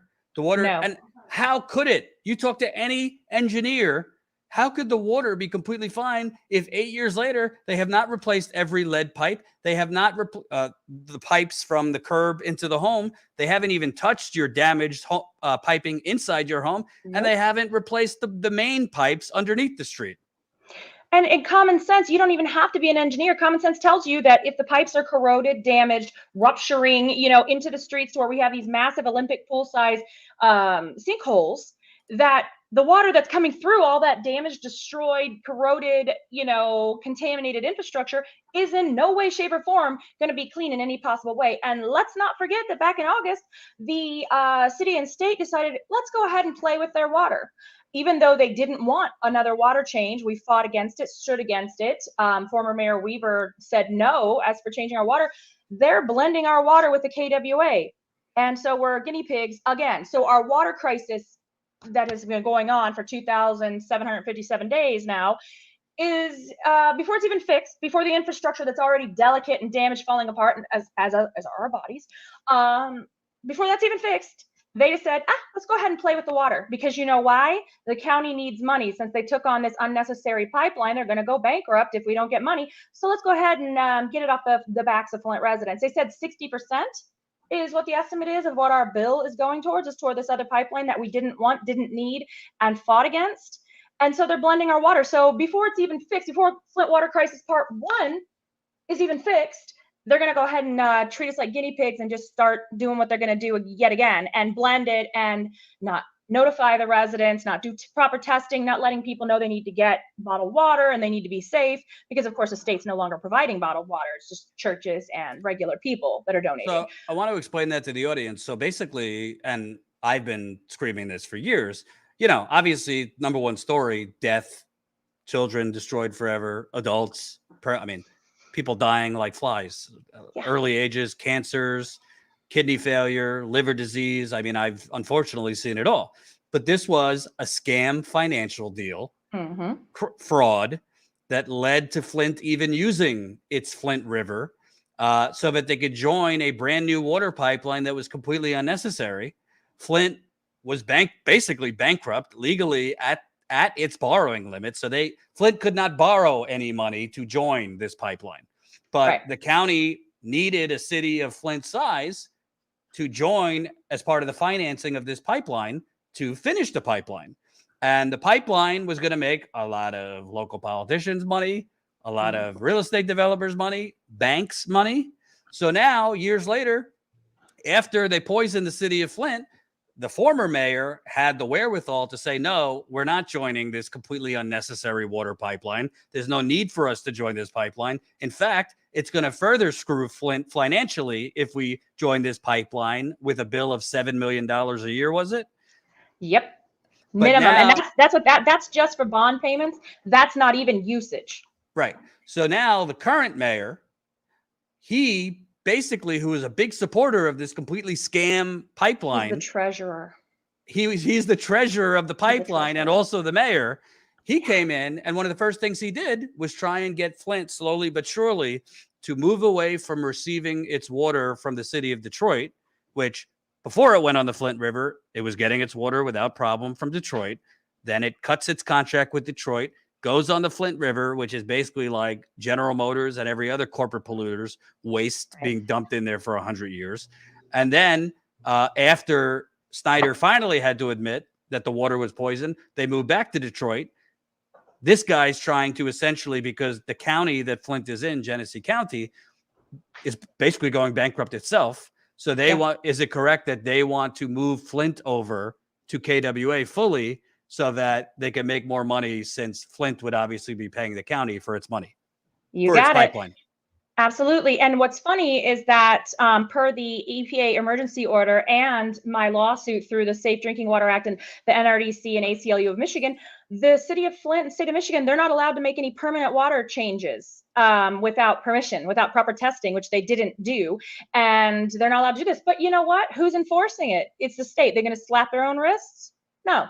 So they just went ahead and moved forward with it without any safety information, no testing, no baseline testing, no anything. And the only reason any testing was done is I threw a huge fit the minute I heard about this and started going upline and getting my attorneys involved. And then they're like, okay, fine, we'll do some testing. They didn't even do proper sequential testing for the metals. They just showed up at people's houses. They didn't check to see what their service line was. They didn't do bacterial testing. And they're like, here, we'll do some testing. After the water's been running all day, it's going to look low, of course. And they tested the one time. They said they'd like to come back, but there's no plans for that. I'm like, what are you talking about? And also, we don't know who's in control of the valve to allow this blend to happen. That also means that if we have a problem with our water, we have no idea who we're supposed to go to, because that's two different water systems that have this valve that we don't even know who's in charge, who's maintaining it. Are we even sure it's accurate? And they're not letting people know that they started at a 95.5% blend, and we're supposed to go up every 2 weeks another 20% if the testing was good. And yet there's been delays on that, because that means the testing was bad. And so they're trying to say that this is important to do this valve work. Valve work for what and where? They won't tell us. Who's doing the work? Who's paying for the work? No answers. So I've had other people working with me to help me FOIA this stuff, because they don't like my name and don't like sending me the stuff that, I'm requesting as a resident. And so, nothing, no technical information is. And then, so what they did was they said, oh no, it's been testing fine. So they did this huge dump of data on the state's website. And what they did was they put the individual tests for Flint, the individual test for the KWA, the pipeline, and the individual tests for Detroit, the Detroit system. None of them blended. All individuals saying, oh, it's all fine. Look at this. I'm like, yeah, where is it blended? Where is it? And who's controlling the orthophosphate levels? Who's controlling the corrosion control levels now? Oh, they're not. And the water is hurting my skin. It stinks again. And it's just like 2014 and 15 all over again. And So I'm they're like, not, hooray. they're not actually, they're only testing the water individually. They're not Yeah, that was actually the testing the result, water. When you say blended, they're blending, what is it, like 90%? What's the Oh, actual no, we don't know percentage? now. We Okay. don't know. It started off 95% GLEWA, 5% KWA, and then it went up to 75, 25. And there's no notices about the next 25% because they're moving us to 100% KWA while this important valve work, which no And details about that, they're saying that the reason they're blending the KWA water, again, for the audience, the totally unnecessary pipeline that caused the building of which caused Flint to go on the Flint River in the first place. They're saying that the only reason they're even blending the water with KWA and Detroit water is while they work on fixing Detroit's pipeline and valves and so they stuff like say. that. But Because I GLEWA is heard, sitting here going, we don't know what you're talking about. So oh, Detroit is saying, really? we don't know what you're talking about. What valves are this? And then they said, well, actually what we're going to do is we're going to stay at 95% GLEWA to honor that contract, 5% KWA, because KWA is now the backup, because we need a backup, even though other cities in Michigan that are our size don't have a backup. Flint needs a backup, and we don't want the water sitting in that pipe stagnant. So instead of it being a backup, they're now calling it a secondary water source because we get to pay 24/7 for this 5%, or so they say, because again, we know nothing about the valve, who's controlling it, how it's actually working to ensure a 95.5% blend. I think that's important though. So the reason they're giving that they have to blend the water between this KWA pipeline and Detroit water is because they're saying that there's construction going on Detroit's water pipeline that Flint had been getting its water from. But the Detroit water pipeline, which is under the Great Lakes Water Authority, they're saying, what are you talking about? What construction? Yep. And so the answer given to my attorneys was, well, the pipe that connects Flint to, the KWA, it's 5 miles long. And so if water just sat there getting stagnant in that 5-mile section, we wouldn't want to send that to Flint residents, which they've been sending us stagnant water since they started downsizing our city and running people out.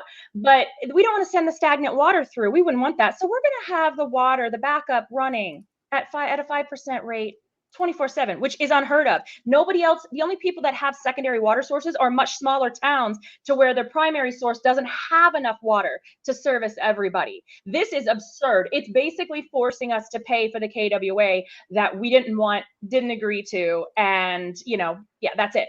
Because nobody else, by the way, has this happening. Nobody else on Detroit, nobody else in Michigan is having the same situation. But that's the BS that they gave us. But also, this would leave Flint to have to pay the Great Lakes Water Authority, which is Detroit, and the KWA. And who's paying for that? We are.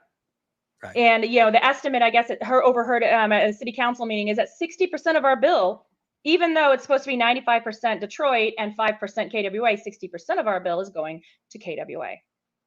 So real nice. So I want to get to the settlement, but first I have to ask. Attorney General Dana Nessel, a Democrat, who, when she got in 2019, cleaned house. She fired the entire Flint water investigation team that had charged, to that point, 15 state and city officials. She filed a special prosecutor. She fired the chief investigator, who was a former head of the FBI in Detroit, by the way, fired the whole team. The reasons they gave were kind of basically, well, they fucked up. Even though by everything I have reported and found, they did a competent job and were building a case. My reporting indicates the original prosecution team, before Attorney General fired them, were building a case against Governor Rick Snyder for involuntary manslaughter. Right. Yet Dana Nessel, the current Attorney General, fired that special prosecutor, fired his team, and a year and a half later ended up charging Governor Snyder with a misdemeanor. Importantly enough, that first investigation team, Melissa, had charged state and city officials with bond fraud, with financial fraud crimes related to that pipeline we were just talking about, which again, the deal to get Flint onto that totally unnecessary water pipeline was allegedly based on bond. I use the term allegedly. It was bond fraud. I mean, it's just, it was. It was a And- fraudulent fake environmental emergency that could trigger those bonds being released. And Right. yeah, it was fake. It was false. Right. So again, first investigation, they're gunning for involuntary manslaughter. I reported that, and 2 other Michigan reporters confirmed that independently. Said, yeah, our reporting, the first team was building a case towards involuntary manslaughter. You're talking, that's one of the highest crimes, and it would have been against the governor of Michigan. A real crime. So she charges him with a misdemeanor. Then she drops all the financial charges that first investigation charged. She recharges those same officials that had been charged with the financial crimes, doesn't recharge them with the financial crimes. So it seems like the financial fraud has just been buried because the previous investigation were charging financial bond fraud. This attorney general, nothing. And I would like to ask you, why do you think that is? Because I got a couple $100 million, couple $100 million reasons I could think of why the current attorney general of Michigan would bury the financial fraud charges that the previous investigation had charged, not recharge those same officials with financial fraud, and not actually charge any new officials with financial crimes. She's got all the evidence she needed. If she wanted to come in here like, guns blazing and stuff, she could have, because she promised, justice for Flint. She could have torn up that KWA contract and released everybody from it. But gee, that would really piss off Wall Street now, wouldn't it? So that's who we got to protect, obviously, not the residents of Flint or the residents of Michigan, the people that are drinking this water, which, by the way, has been hit repeatedly with violations for not having enough corrosion control. Right. So, and also, I mean, I don't know. I didn't go to, I dropped out of economics class, but I could tell you the state of Michigan signed off on this fraudulent bond deal. The state of Michigan was the one who signed the deal. So I don't know if a fraudulent bond deal that led to the poisoning of a city, because that's what happened. Flint wouldn't have been using the Flint River if not for this KW. So if those charges that she dropped went forward in criminal court, JP Morgan wrote the bonds. Wells Fargo wrote the bonds. You got heavy duty investors own these bonds. I don't know. I'm not on Wall Street. From what I've been told by a lot of sources I trust, the state of Michigan the liability could be on the hook for hundreds of millions of dollars if we would be getting far more than $600 million from the state of Michigan if that were the case. Yeah. But also the bondholders could sue the state of Michigan. Big time. The bondholders could want their money back, and it would be Dana Nessel and frankly Gretchen Whitmer holding the bag. So there's a lot, we hear a lot of Flint residents, I think rightly so. Snyder was out a few years ago. A Democratic governor comes in, a Democratic attorney general comes in.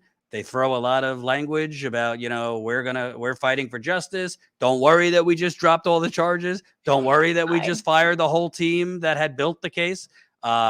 Justice delayed. That we're heading to trial for manslaughter. Right. Yeah. No. And meanwhile, and I promise we're getting to the settlement, people might not know.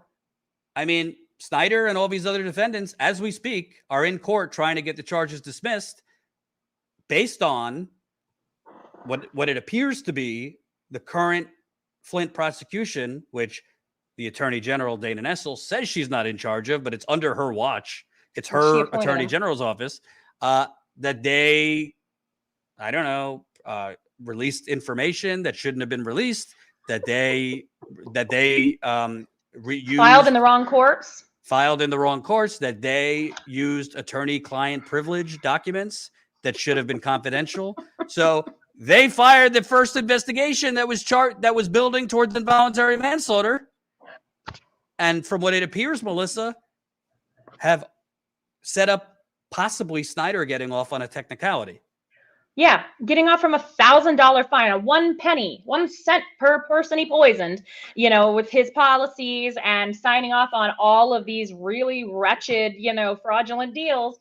Again, I have to correct, the media and anybody else who says, "Oh no, Flint switched to the Flint River because they were broke and they couldn't afford." If we were so broke, how did we pay the hundreds of millions of dollars for this stupid pipeline that we didn't ask for and didn't want? If we were so broke, why would you have us on there in the first place?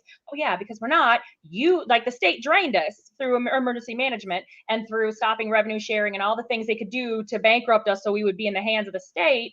But the water crisis busted out and stopped that bankruptcy process because that's what happened in Detroit. So, we would be next in line, the next biggest city. And then also getting us on these regionalized pipelines, no longer, under a municipality, a little bit weaker rules. You don't really have the people to call back on because now you're answering to a corporation. Yeah, well, we didn't want that. We fought against it. And then, of course, they got that mayor out who stood with us on that and said, no, the people don't want that and it's not safe, And now we're on it. And the people that forced us on it are getting away scot-free. Yeah. Rick Snyder, to his hearings, his suits are more than the fine he's proposed to get. And, so we're just sitting here like, are you serious? And the fact that she got rid, Dana Nessel got rid of, the attorney general got rid of the amazing investigators and, prosecutors that were doing the work and moving forward and put a lady as, who has never gone to trial for a criminal case. I asked this question and got screamed at in public. But yeah, and another one who had already been in trouble for planting evidence, putting innocent people behind bars. But then if you look at the staff list, she's not even listed as a staff member. Now she says, she's like, oh no, I'm just consulting. Who's actually running the show? Because it's garbage. And the fact that I'm not even an attorney, but I've sat in enough hearings and I have enough attorneys to know, I could do a better job at this point. I wouldn't file in the wrong court, to begin with. And then also I wouldn't use privileged documents. I mean, this is common sense stuff, and it's so embarrassing. And then we're just watching the whole thing. That's why part of us are slightly happy about the settlement, because the state could have weaseled out of that too. They could have gotten out of that like they are, and then people would have gotten away completely scot-free because nobody's sitting behind bars for poisoning 100,000 people and letting countless people die. And the fact that the previous special prosecutor had dug up the deaths of, I don't know, a few hundred people, because they like to say 12 people died from Legionnaires or 14 people died from Legionnaires. But actually looking at the death certificates during that same time period, I think it was a 340% increase in bacterial pneumonia deaths. Right. Which is what Legionnaires is. The thing that's crazy, not that any investigation is perfect. The first investigation that Nessel got rid of, I'm sure there were issues with, but we saw it. This fucking wire. Hold on one second. We saw it in real time in court. Whereas Dana Nessel, the current attorney general, her team, it's all a secretive one-man grand jury process. We have no idea. We have no idea what. Hold on. We have no idea what evidence that they provided to the one-man grand jury. Right. No idea at all. We have no idea.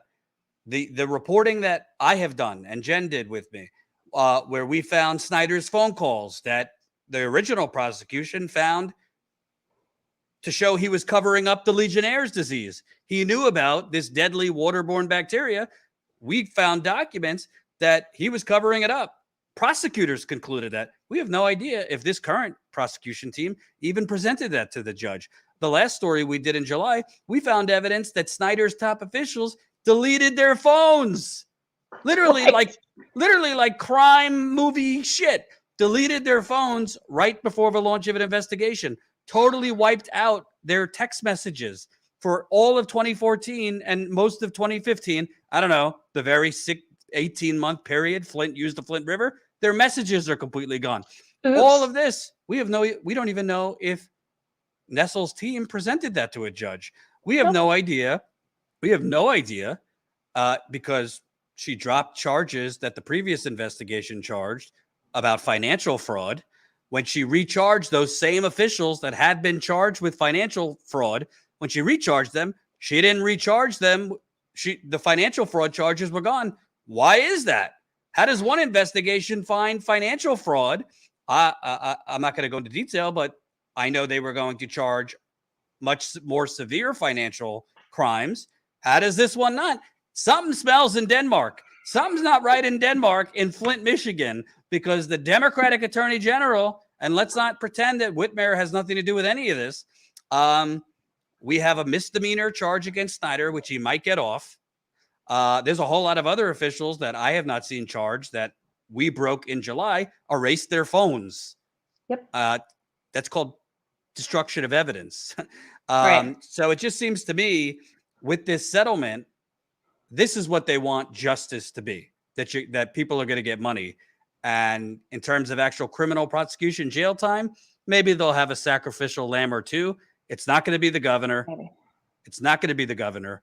They're not going anywhere near the real crime here, which was the financial scam that led to people dying, that's leading to people slowly dying. And now the settlement, let's get to the settlement. Colin, if you have the article, $626 million settlement. If you get into the particulars, the bulk of the money is going to children that have been poisoned and forever brain damaged, and obviously all sorts of problems with learning, behavior. More money will go the lower age you get. There is some money for adults, but the bulk of it goes to children. I'm not going to sugarcoat it. There's a hefty portion of Flint residents that aren't happy with it. Some activists that have been loud aren't happy with it. The last mayor, Karen Weaver, not happy with it. They've been protesting against it, saying it's not enough.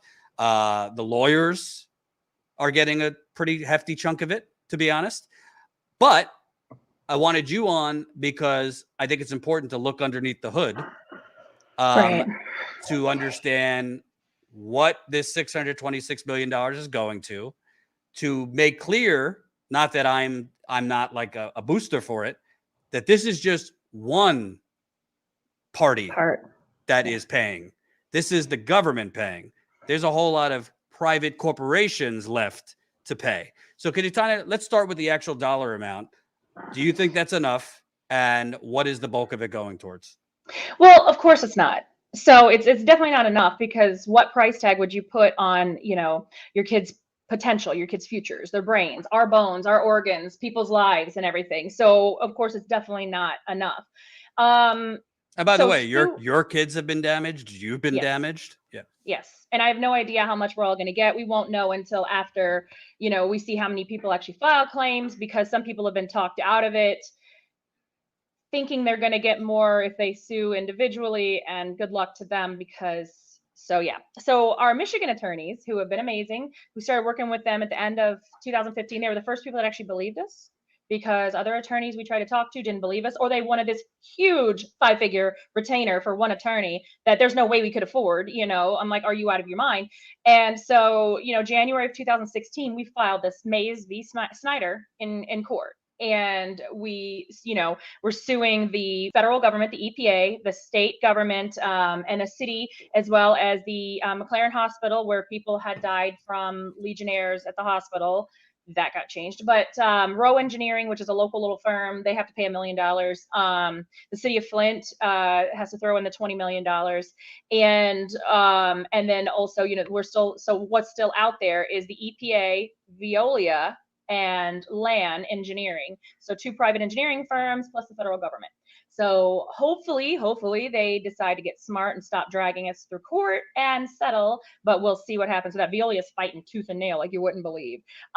They had said that my file got stolen. They said they got hacked, and magically my file, my personal stuff, all my personal information got stolen. But I'm sure, they're sure I'll be okay, but they'll help me with, my credit report if I need help with Alpha. Great. How did that happen? Anyway, so that aside, this one, it's a partial settlement.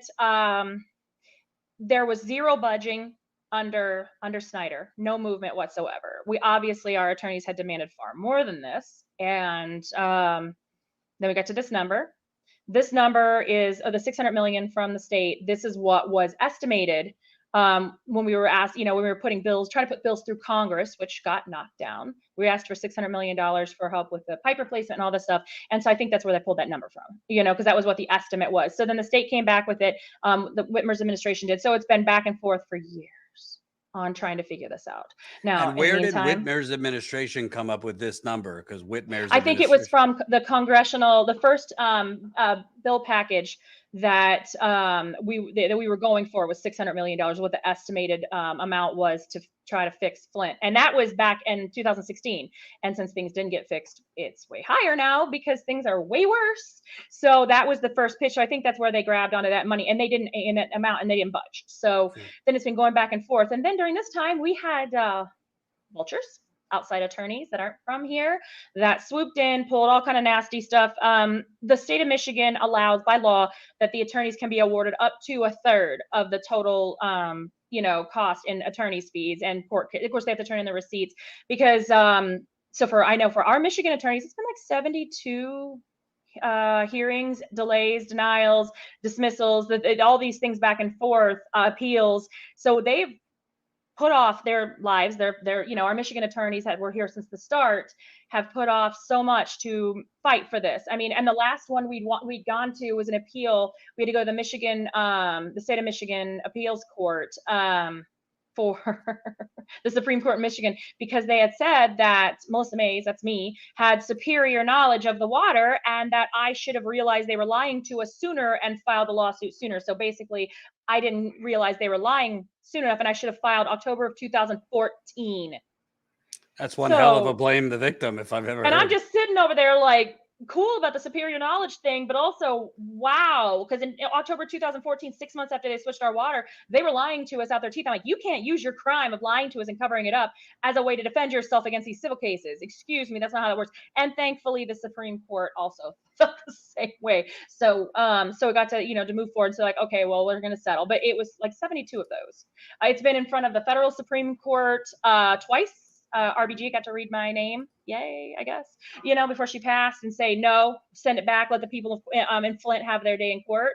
So, because that's what's going to happen with these other defendants if they don't settle, is they're going to have to deal with us in court, and that's going to be great. So all of it will be aired out, unlike the criminal cases, of course. But so this $600 million, the state of Michigan had to borrow the money because at the time didn't have it, COVID, whatever the reason is, they had to borrow the money, and then they had to send it through legislature. So suing a government is much more difficult than suing an independent private corporation. And we knew this, we knew it was a long shot to sue them anyways. Actually, with our Safe Drinking Water Act case to get the pipes replaced, we didn't go in there expecting to win, at least not against the governments, because of governmental immunity and all the mess, so we made history when we won the Safe Drinking Water Act case. We made history again winning this case, because I don't think that there's another case out there where regular residents sued a government and will get monetary compensation for the damages caused by said government. And it's interesting that we would get anything if they were innocent of crimes. So you think that the two would go hand in hand, but that's obviously another picture. We'd probably get more money had people been sitting behind bars, but of course, Mm-hmm. So anyway, so this one, it goes 80% to children, kids who are 18 and under when the water crisis began. And so that's where it's going to go, because the kids have to live the longest. And to get it through legislature, you better make it, sexy kids stuff, which is gross sounding, but apparently that's what people like donating for. And they like passing money, not for adults, because we don't matter, our bodies don't matter. So the kids do. And fine, because some of the money is going, $9 million is going to special education for Flint schools. $35 million is going to set for kids that whose parents are unable or unwilling to file a claim for them at this time, so they don't get left out. When they turn 18, they can file a claim themselves. So those are good things. And those come right off the top. And so those are some good things that are happening. And then, so then there's $600 million from the state of Michigan, and then there's $20 million from the city of Flint. I don't know where that magical insurance policy showed up from. It was after Weaver was in office, after she was gone from office, but that magically popped up out of nowhere. I'm like, wow, that's interesting. But I have my theories on that, and that's something totally different, to push this KWA situation through. But also then $1 million from Rowe Engineering, and it was going to be $20 million from McLaren, but we have these people, some inside Flint, most outside of Flint, that tried to talk residents out of settling, taking part in the settlement. Well, in any kind of settlement, if enough people don't sign on, then the defendants can scamper off. And so that's what happened with McLaren. They got to, because not enough people in that class who had suffered the Legionnaire's damages that were, on record, because at least their doctors knew to test for it, because most doctors didn't know, because the county and state and city withheld the information that there was a Legionnaire's outbreak starting in 2014. So most doctors didn't know to test for it and wouldn't have thought to test for it. And let me just repeat. We broke in January. Governor Rick Snyder lied to Congress, perjury, knew about the deadly Legionnaire's outbreak as it was spreading through the water in October 2014, 6 months after the water switch. Couple weeks before he was up for re-election as governor. At the time, he was thinking of running for president in 2016, long before Trump even started Trumpism. And his chief of staff, his health director, they were on the phone in October 2014 over 2 days, 22 times at the same exact time that Snyder's health department and Snyder's environmental department had panicked emails and phone calls going back and forth about Legionnaires. So he knew about it a year and a half earlier than he told the public, when he could have notified the public and he could have saved lives of Flint residents, could have prevented people from dying, from getting sick. He chose not to out of politics, and he has not. He was charged with a misdemeanor for withholding life or death information. Yeah.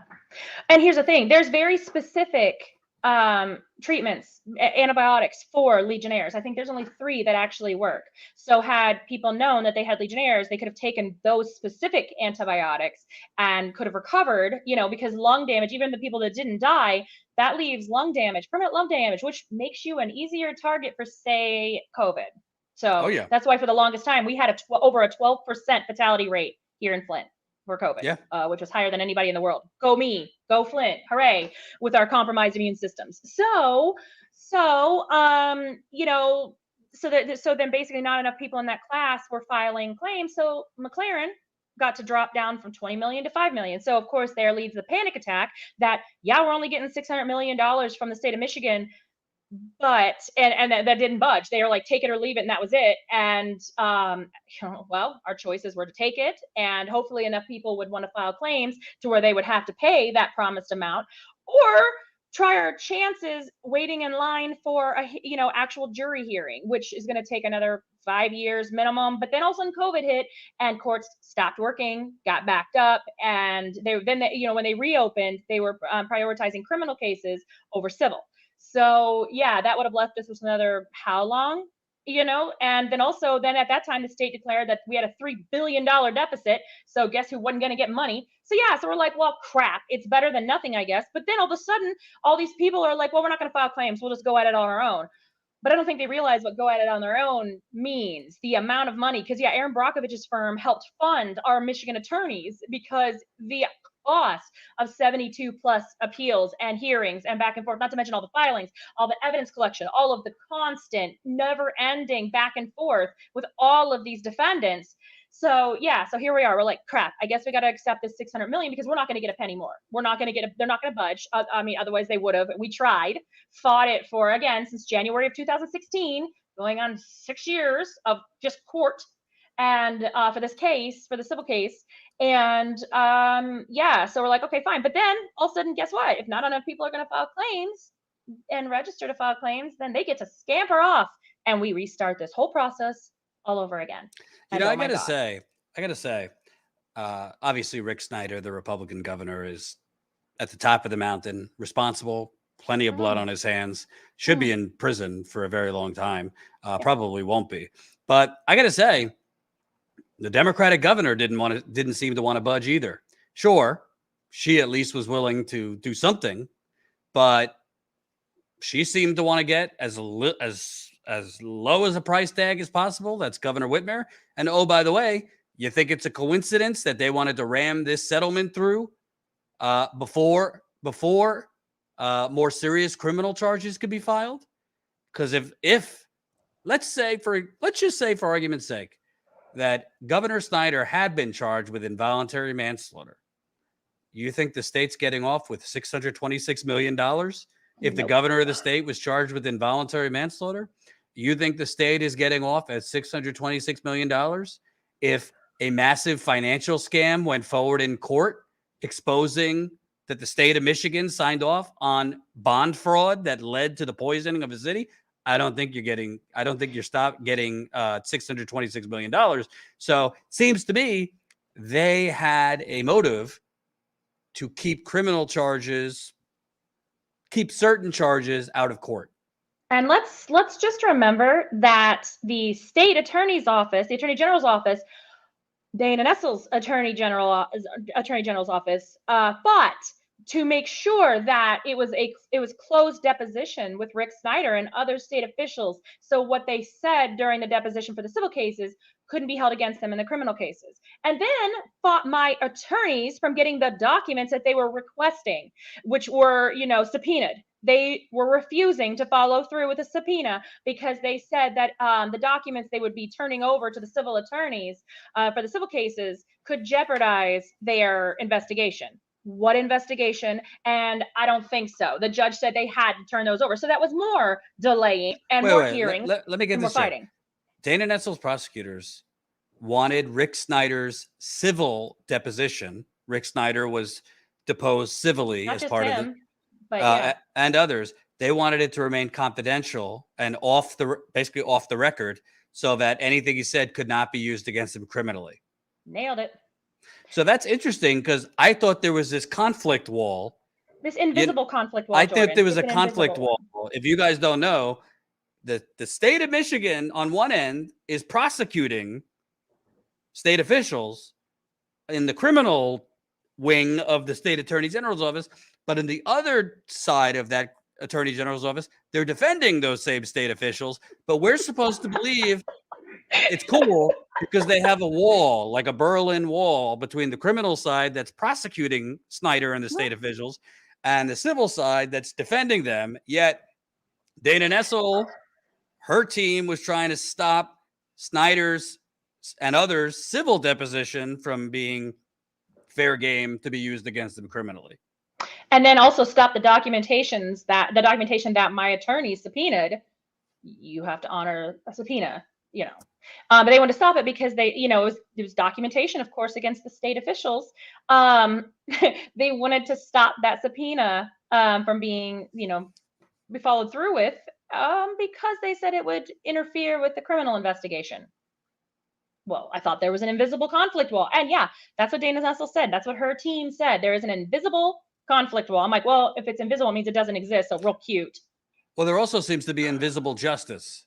It seems to be, there seems to be invisible justice. Because you want to know something at a certain point? Let's just keep it real here. Governor Rick Snyder is I think his net worth was like $22 million last time I looked at him. 220.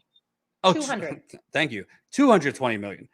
Between his lawyers, they could keep this in court for the next 5 years. And we're paying for his attorneys. Oh yeah, no.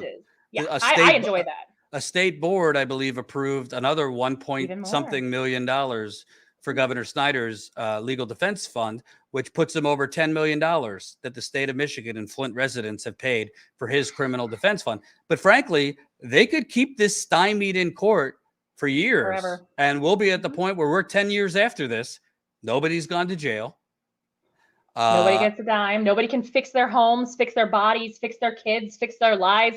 And because they keep talking about this recovery that was supposed to have happened at one point in time, I'm like, what are you talking about? What recovery? Oh, the people that caused this are saying that we're in recovery?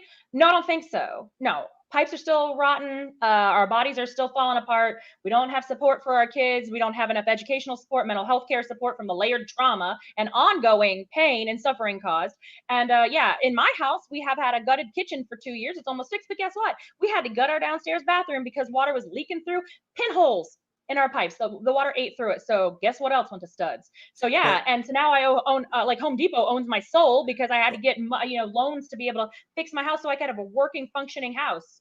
But the state of Michigan, EPA, Politico, they told me that the water's fine, and now it's just a trust issue. The water itself is safe. Drink it. I offer this every single time. I'm like, you can come bathe in it and see the pain. Also in January, I had a heart monitor put in because thanks to COVID destroying my immune compromised body from the water. And then my waterproof bandage slipped and I ended up getting a bacterial infection. Yeah, okay, the water's great. Guess where that bacterial infection came from? Oh, cool. I want to die from this. That's awesome. And I just had surgery and now I'm terrified to have a shower. And I'm like, oh, cool. So it, like my son said when he was like 10 years old, he was like, well, I don't want to take a shower. I'd rather be stinky than get sick.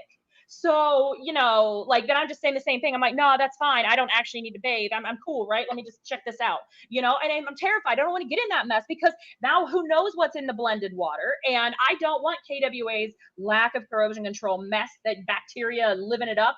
I'm like, I don't want that coming through my pipes and destroying what I just had to work on rebuilding, let alone my own body. I got enough going on thanks to this water to have to turn around and be like, I'm afraid. So I'm like sitting there trying to avoid my shower like this, trying to keep my stitches away from, you know, the water. I'm like, well, that's cool. I don't look like I'm an idiot or anything like that. I'm gonna just double up these bandages and God forbid if they move, I'm just gonna duct tape it, you know? And I'm just sitting here thinking about this. I'm like, how can I take a shower? And then, you know, my husband's like, well, I could fill a pot with bottled water and heat it up. I'm like, oh, God, you know, so yeah, but I don't want to die. So I'm like, I got things to do. So I don't want to die. You've already wrecked my immune system enough, and which allowed COVID to come through and just destroy my heart and lungs, which, you know, the water actually hadn't damaged. So I guess there we go. Gotta, you know, collect them all, I guess. And, you know, and I'm not the only one doing this. One of my coworkers, she's my age, and she just had to have a pacemaker put in. And I'm like, oh, because heart damage. I'm like, dude, this is, and it's just going to continue on because we have no idea what the long-term effects of heavy metals plus, you know, the carcinogens, because don't forget, we have the disinfection byproducts that cause cancer and other damage, you know, coming to the water. Nobody's talking about that. Plus question mark bacteria. I'm like, okay, cool. And now we have this cocktail blend of question mark. And, you know, they're like, oh, no, it's fine. You know, it seems to me, call me just an optimistic fella. Seems to me if I was a journalist in Flint, Michigan or Michigan, that there's a real major story still there that I could make a career out of if that's what it was about, you know, climbing the ladder, winning a Pulitzer, whatever. I mean, you could make a major story out of, wait a minute, everyone's saying the water's fine, but people are still getting rashes. People are still losing their hair. It's literally, you know, taking the pinholes out of people's basements. People's eyes are burning in the shower.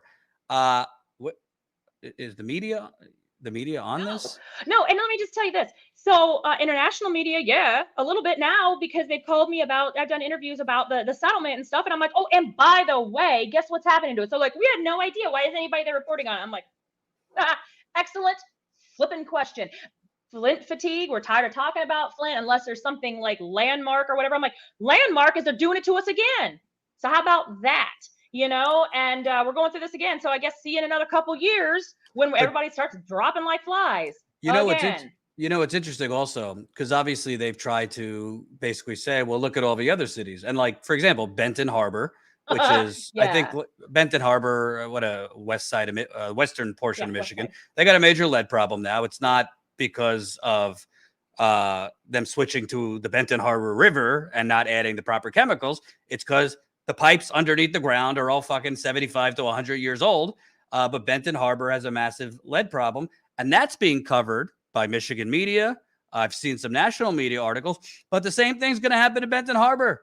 They're going to stop covering it in 6 months. They're going to stop covering it a year. Well, and then they tried saying that, well, Benton Harbor's, they thought that it would be smart to say Benton Harbor's lead levels are worse than Flint's. I'm like, first of all, that's false because nobody else in the country, because other cities have tried to say this too, because they thought it would get them some help and get them above. I said, no, it'll get you dismissed like us. You know, you can say you're poison like Flint so we can all unite and fight together. And that's what we're doing. So I was on a call earlier today with Benton Harbor and the petitioners. So we've been helping because that was my first thing when I found out about it over the summer. We went there to go help. And I'm like, you need to get the NRDC in here because the Natural Resources Defense Council is who helped us with our movement, and we got that moving, and that's good. So we've been helping with public education. I've been doing calls on Friday nights with moms from Benton Harbor and how to fight back, and they don't know anything at all. So I'm like, well, I got lots of information. Let me help you out here. So, you know, we're under the same thing. But yeah, they've had a lead problem for 3 years. And also not enough chlorine. We were just finding out bits and pieces as we go that it's the same thing that they did. Well, not the same. They didn't switch their water source or anything like that, but they knew something was going on. And oopsie, covered it up for 3 years until we got involved. So they really hate us because we're like, we're going to help our neighbors out and everything. Because I saw someone in the chat talking about, what would happen if you left Flint. We're not leaving. You know why? Because we didn't poison our houses. We didn't destroy our homes.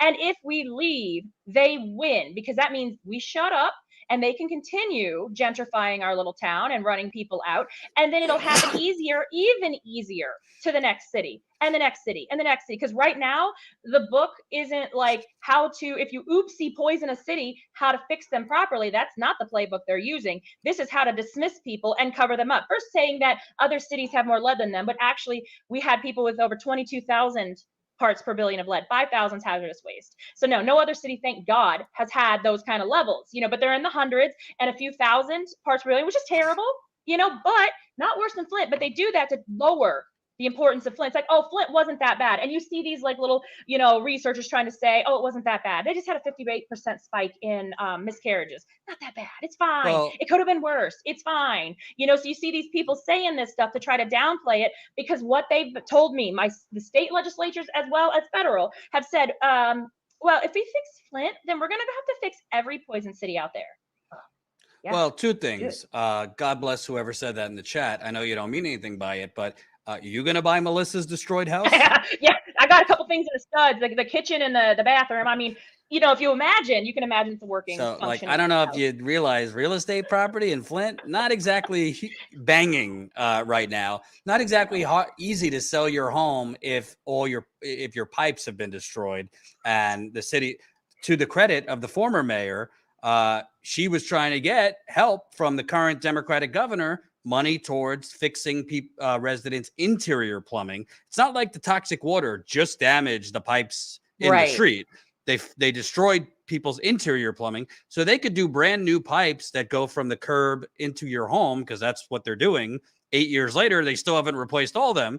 But if your pipes inside your home are still corroded or damaged, you're still going to have lead, other heavy metals leaching off. Right. So, well, and two, another thing is that since 2015, I've traveled all over North America, right? Helping other poison communities. So another reason I don't leave is that, I don't know where I would go to, because cities are already on the brink of becoming Flint. There's the emergency manager law on the books in like 37 states. So they could take over, suspend democracy, switch your water source, and do the same thing to you while you're silenced, and your elected officials locally are silenced. That's what happened to us. But yeah, everybody, and everybody's like finding out about PFAS and all this stuff. So don't think that you don't got problems or have pending problems or impending question marks. I've asked you, do you even read your water quality report that you get every year? Do you know how your water's been treated? Do you know where it comes from? Because it takes me 5 seconds. I've had people say, oh, I live in Cape Cod and I got the best water. It takes me 5 seconds to pull up their water quality report. I'm like, oh, by the way, you got jet fuel in your water. Good luck finding a filter to get that out. So, you might want some help there. And then they're all like, oh, I'm sorry, blah, blah, blah, blah, blah. I'm so sorry. I was so rude. Yeah, so I'd rather stick here and deal with the devil I know. Well, of course, that's what I used to say until they started blending this crap up. But of course, we're not drinking the water or using it for anything. We don't brush our teeth with it. We do not give it to our pets, plants. It's all bottled water. That's just the way that it is. And it sucks because we're making these bottled water companies rich. So we stay away from Nestle, of course, because they're stealing water. But yeah, because we're not ingesting this. We don't cook with it. Don't rinse our food with it. No. But I don't want to go to someplace else and think that I'm safe when it's like, surprise, you're poisoned down here to a whole set of new, chemicals. Good luck. It's a great segue, because I wanted to ask you, Biden's going around trying to sell this infrastructure deal as, transformational. Estimates a couple years ago said we needed upwards of $3 trillion just to keep pace with our rotting infrastructure. But he is saying, and he's put out tweets, and this is the messaging, that this will ensure clean drinking water for all Americans by replacing lead pipes. Well, first of all, it's $15 billion towards replacing lead pipes. Secondly, they're not replacing the pipes underneath the ground. They're replacing, correct me if I'm wrong. No, they're replacing the service lines, which is the line from the street to the house, and that's it. Not inside the house, and not the mains and the streets that actually deliver the water. Right. So 15 billion is not even going to be able to replace all the service lines. If you actually look at the actual deal, it's optional. They're not mandating that water utilities like the Because they can. Michigan Department of Environmental, well, whatever they're calling it these days, or local water departments, Flint, they're not making them do it. It's optional. Well, I don't know. I've been covering this for years. Most water departments I've watched either are completely understaffed, want to skirt the rules, want to manipulate the testing so that they don't have to do anything. So I don't know. Correct me if I'm wrong. Is this infrastructure deal replacing all lead pipes? And more importantly, even if it replaced all the service lines, is that providing clean drinking water for all Americans? No, and the reason they're sticking with service lines is because our like 30-year-old federal Safe Drinking Water Act and lead and copper rule only cover service lines. That's why with our Safe Drinking Water Act case that we won here, that's the only thing we could get replaced was lead and galvanized steel, because we were able to prove that galvanized steel traps and releases more lead when corroded. Service lines, not copper, not any other material. It's my lawsuit. And my service line was galvanized steel at the curb. So the city side was lead laden. So that was removed. But mine is 60 foot long, which is way too long, copper service line from 1960 with leaded brass compression fittings where it curves every single spot. So I couldn't even get a full service line replacement for my own lawsuit because the law doesn't cover it. And so that's important because it shows you don't have to have a full lead service line for there to be lead fixtures that leach off into the water. Most of the water meters are leaded brass. So guess what? You got some corrosion issue guess where lead's going to be pulled from. And then fixtures. I mean, even here's the thing. So when I ordered my new kitchen faucet, lead-free in America still allows like up to 0.08% of lead in wetted fixtures, where it means where water touches. I had to order mine from Germany, where they meant lead-free means lead-free, zero. So our laws are pathetic in this country because, of course, we don't prioritize, and yet we still politicize public health. Hello, COVID. Look at the mess. And so, and they don't want to pay money to fix poor, majority minority cities. Or poor, or anybody who is not a wealthy white old male. I'm sure they can get their stuff. It's pocket change for them. But on the other hand, we've had a bill that keeps getting smashed down, not moving it out of committee and everything, called the Water Act, since 2016. And what it would do is it would close a loophole in corporate offshore profits that would force these corporations to actually pay taxes on said profits, to the tune of $35 billion per year, to which it would go to the EPA, who would send grants, not loans, to the communities that couldn't afford it. Grants. So which corporations would have to pay this? The ones that are hiding their profits offshore. So the big ones, all of them. Like all of them, period. All the ones that have been hiding money. We keep seeing these reports and these, releases of documents, all the people that are going out of country to keep their money offshore. So that way they can get away with not paying taxes. Not that they pay that much anyway, but hey. So it would close that loophole that would allow that, so they pay their fair share, probably still less than their fair share, but at least something. And so then the EPA would be able to grants. And it's not just poor communities like Flint that would benefit from these grants. It would be native reservations who they don't have infrastructure pretty much, period. They're still using old clay pipes if they even have any, which is absurd. Then they'd be things like nursing homes, daycares, hospitals, schools, things that are left out of the Federal Safe Drinking Water Act and lead and copper rule. Things because it's so outdated, because they never would have assumed this would have happened, or didn't care, whatever, and that both sides are too busy arguing and fighting to actually update it. I actually testified in front of Congress and was apologized to, saying that the Republicans want to go away, get rid of these laws, and the Democrats want to tighten them and fund them, and they can't get along and can't come to an agreement. So guess what happens? This outdated law doesn't get updated because of politicians who should not have their hands in public health. Well, it's also, let's just be real. Let's say Biden, and let's say they spent the right amount of money. Let's say they got rid of all the lead service lines, all the lead pipes, the main pipes, all the galvanized steel. They fixed interior plumbing and all that. Biden's tweet that this should ensure clean drinking water is still a lie, because they're not doing a goddamn thing about all the industrial corporate polluters that are dumping PFAS, which are cancer-causing chemicals, into the Ohio River Valley, into rivers, streams, waterways. They're not doing anything about chromium, arsenic. I mean, They're not regulated. lead got all the headlines. There is a whole periodic table of shit that's being dumped in water, and stuff off the periodic table that's just cancer-causing compounds, all that stuff that has nothing to do with the service lines. It's because we have an EPA that doesn't actually regulate corporations, really.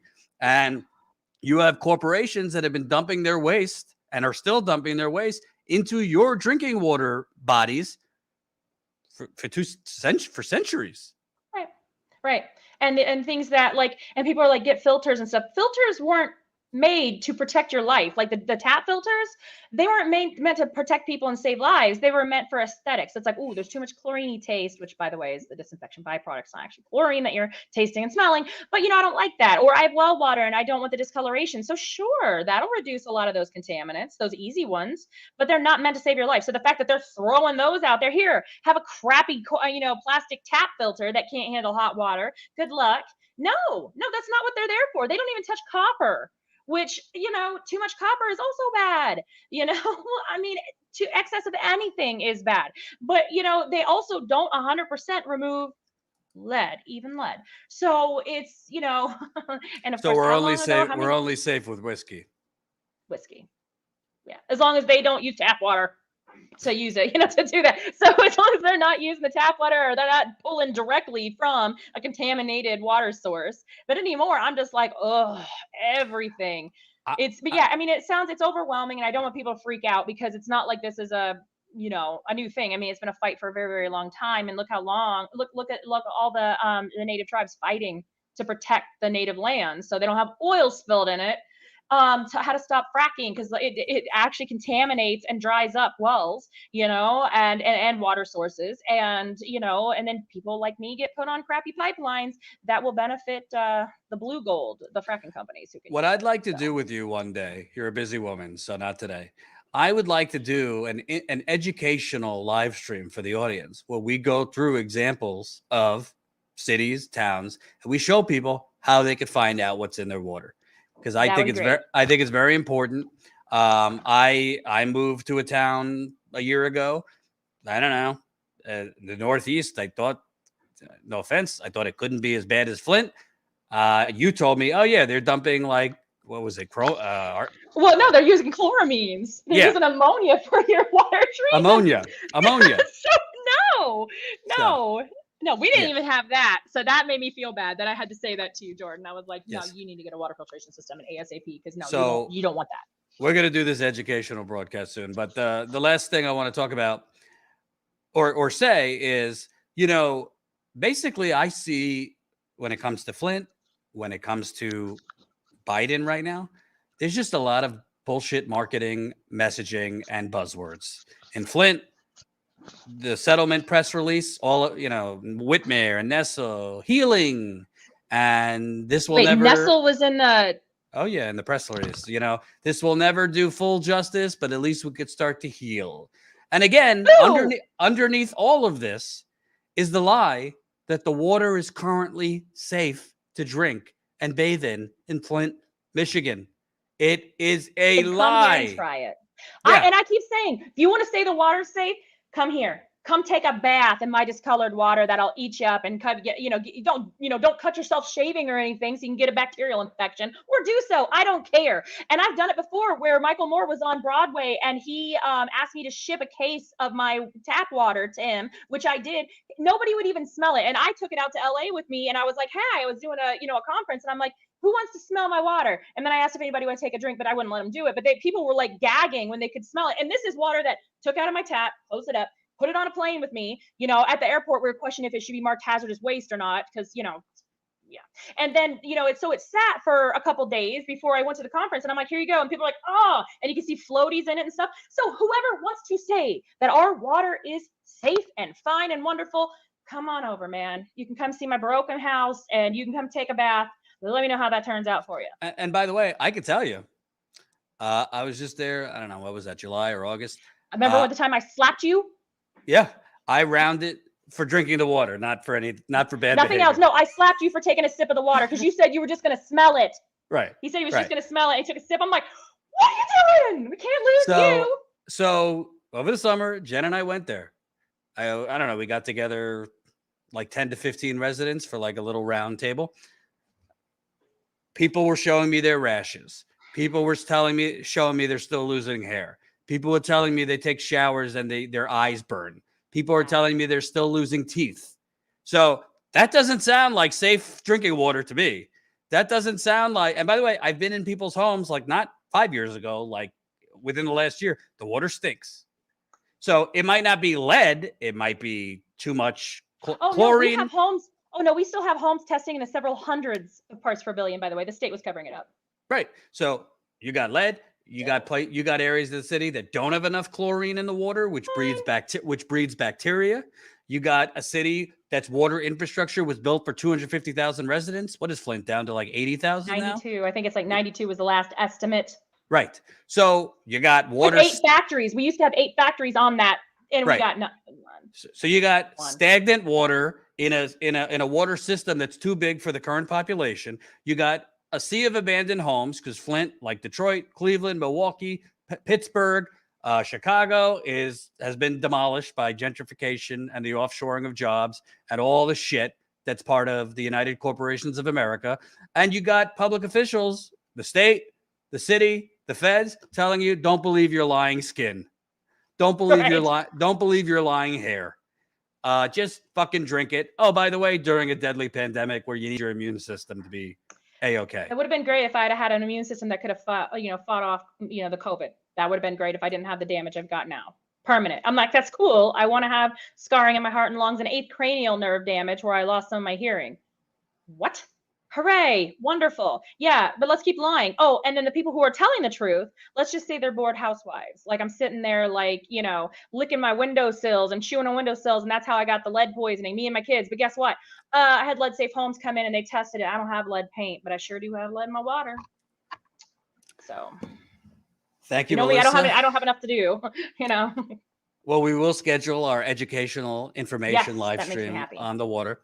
We'll do that soon. Thank you. We'll keep in touch. And to the audience, I don't know, maybe I'm a glutton for punishment. We break story after story exposing this cover up. Flint Journal won't fucking touch it. Nope. The Detroit Free Press won't touch it. The Detroit News won't touch it. The New York Actively Times run away from it. The New York Times tries to steal it. They tried to steal my Yeah. story a couple years ago on the water testing and the manipulation. And all these outlets just, they'll tweet about Flint on an anniversary. Maybe they'll do a puff feature piece. They will not cover the biggest government cover up, in my With view, evidence. of the With evidence. of the 21st century. They won't cover destruction of evidence that we broke. They won't cover tampering of evidence, which we broke. And by the way, if you're new to Status Coup, look at my top of my Twitter. It's still there. We broke a story in July. Wiped phones. They deleted their phones right before the launch of the criminal That's what investigation. innocent people do. Right. We found that they deleted their phones. They deleted messages. The former governor, Rick Snyder, literally would not hand over documents for years to prosecutors. Totally innocent. Thank you, Melissa. Be well Thank to you, you and your guys. family. We'll talk soon. Okay. So that was Melissa Mays, who I'm glad could come on. We'll definitely cut that up into shorter clips. But Flint is still, if that told you anything, it's still a crisis, not past tense, ongoing. And there are other water problems. There's a water crisis going on in Benton Harbor, Michigan. There's water problems in Pittsburgh. There's water problems everywhere. If we had the resources, if I had a broom, I'd cover it all. Before we go, I want to give some shout outs because we got a few new Status Coup members. Hint, hint. Sign up, join the media revolution. Welcome new member, Bora Christopher. Is it Bora Christopher? Sorry if I mispronounced. Christopher Bora. Thank you, Christopher. Bruce just signed up. Kate just signed up. Karen signed up. So that's 4 new members just today. And you know the drill.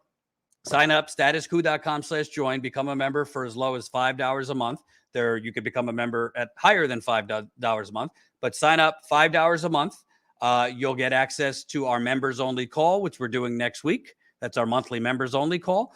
You'll get access to behind the scenes videos as a member, and our Discord. We have a members only Discord. So sign up, statuscoup.com/join. And then when you sign up as a member, go to what is it, Colin? StatusCoupMember.com. So after signing up at statuscoup.com/join, then you go to StatusCoupMember.com, StatusCoupMember.com, and that will give you access to our members only content, behind the scenes videos. We did a bunch of behind the scenes videos from our last reporting trip in Iowa and Illinois, where we covered the John Deere strikes, and then Buffalo, where we covered India Walton's election. Unfortunately, she lost, where we covered the Starbucks workers who were trying to form a union. I'm still talking to those workers, by the way, where we covered the hospital workers that were on strike at Mercy Hospital. We interviewed them. They just agreed to a new contract, so kudos to them. They were on strike for over a month in the cold in Buffalo. They had to literally walk around in circles in order to stay outside in front of the hospital and strike. Those are the rules. If they weren't walking around in circles, it was loitering. So they did that for a month. So keep signing up. We got to grow. So statuscoup.com/join. Become a member for as low as $5 a month. Tomorrow, our weekly exclusive on Rockfin. This is another way we're trying to grow. So our weekly exclusive at Rockfin, I think I'm going to do it at 4 o'clock Eastern tomorrow. That's rockfin.com/statuscoup. Rockfin is different. You have to sign up separate to Rockfin. I know some viewers don't like that, but if you're new, we do a weekly exclusive on Rockfin where we're only live on Rockfin once a week, because Rockfin, A, we get to cover whatever the hell we want on Rockfin, no censorship. B, we get a guarantee from Rockfin, which is different than YouTube. So for our weekly exclusive, we get a guaranteed guaranteed amount per month from Rockfin. So that's been huge for us to continue funding the on-the-ground reporting. And we want to keep growing on Rockfin. So I know it's not for everybody. Not everybody could sign up for Rockfin. But if you can, a lot of Status Coup members have also signed up at Rockfin. Sign up, rockfin.com/statuscoup. It's $9.99 a month. And you'll get access to our premium Rockfin channel, as well as other premium Rockfin channels. Graham Elwood's on there. Lee Camp is on there. I think Ron Placone is on there. There's a bunch of good hosts on Rockfin. Some not so good ones too, but same thing on here. But we do cut up, if you can't sign up as a member on Rockfin, we do cut up smaller clips from that live stream and put it on our YouTube too. So if you can't sign up for Rockfin, you'll still be able to watch some of it. But I really hope more people can sign up for Rockfin. I know not everybody could do it, but the $9.99 a month helps us, A, get to cover things that we wouldn't be able to cover on YouTube because YouTube would censor it and potentially kick us off. We've covered JFK's assassination, 9/11 stuff. There's a lot of stuff we've covered on Rockfin that we would not be able to cover here. But B, the more we grow on Rockfin, the more guaranteed money we get from Rockfin. I won't get into the full details of the behind the scenes with Rockfin, but the more we grow on Rockfin, the more money we make. The more money we make, the more on the ground reporting we could do. So I really hope you'll sign up, rockfin.com/statuscoup. Thank you for watching. We'll be live on Rockfin tomorrow around 4 o'clock Eastern. We'll do a short live stream here on YouTube just to tell you what we're covering on Rockfin, what they call a teaser. Thanks for watching. See you tomorrow. Oh, wait, Colin. I don't want to miss the super chats. Sorry. Brandon, $50. Thank you. GD Destiny, $5. Hosting a panel or a roundtable of alternative parties could be a very interesting discussion. People's Party, Working Families Party, plus others. I'd be open to it. Fly Chopper Fly, $5. So glad to have seen Melissa again. Thanks for having her on. Absolutely. Always love having Melissa. There should be a movie about Melissa. She's an amazing person and fighter for clean water and for Flint. So that's it. Thank you for the super chats. Thank you to our new members. I hope more people will sign up as a member. See you tomorrow, 4 o'clock Eastern on Rockfin, but we'll be live here shortly before then.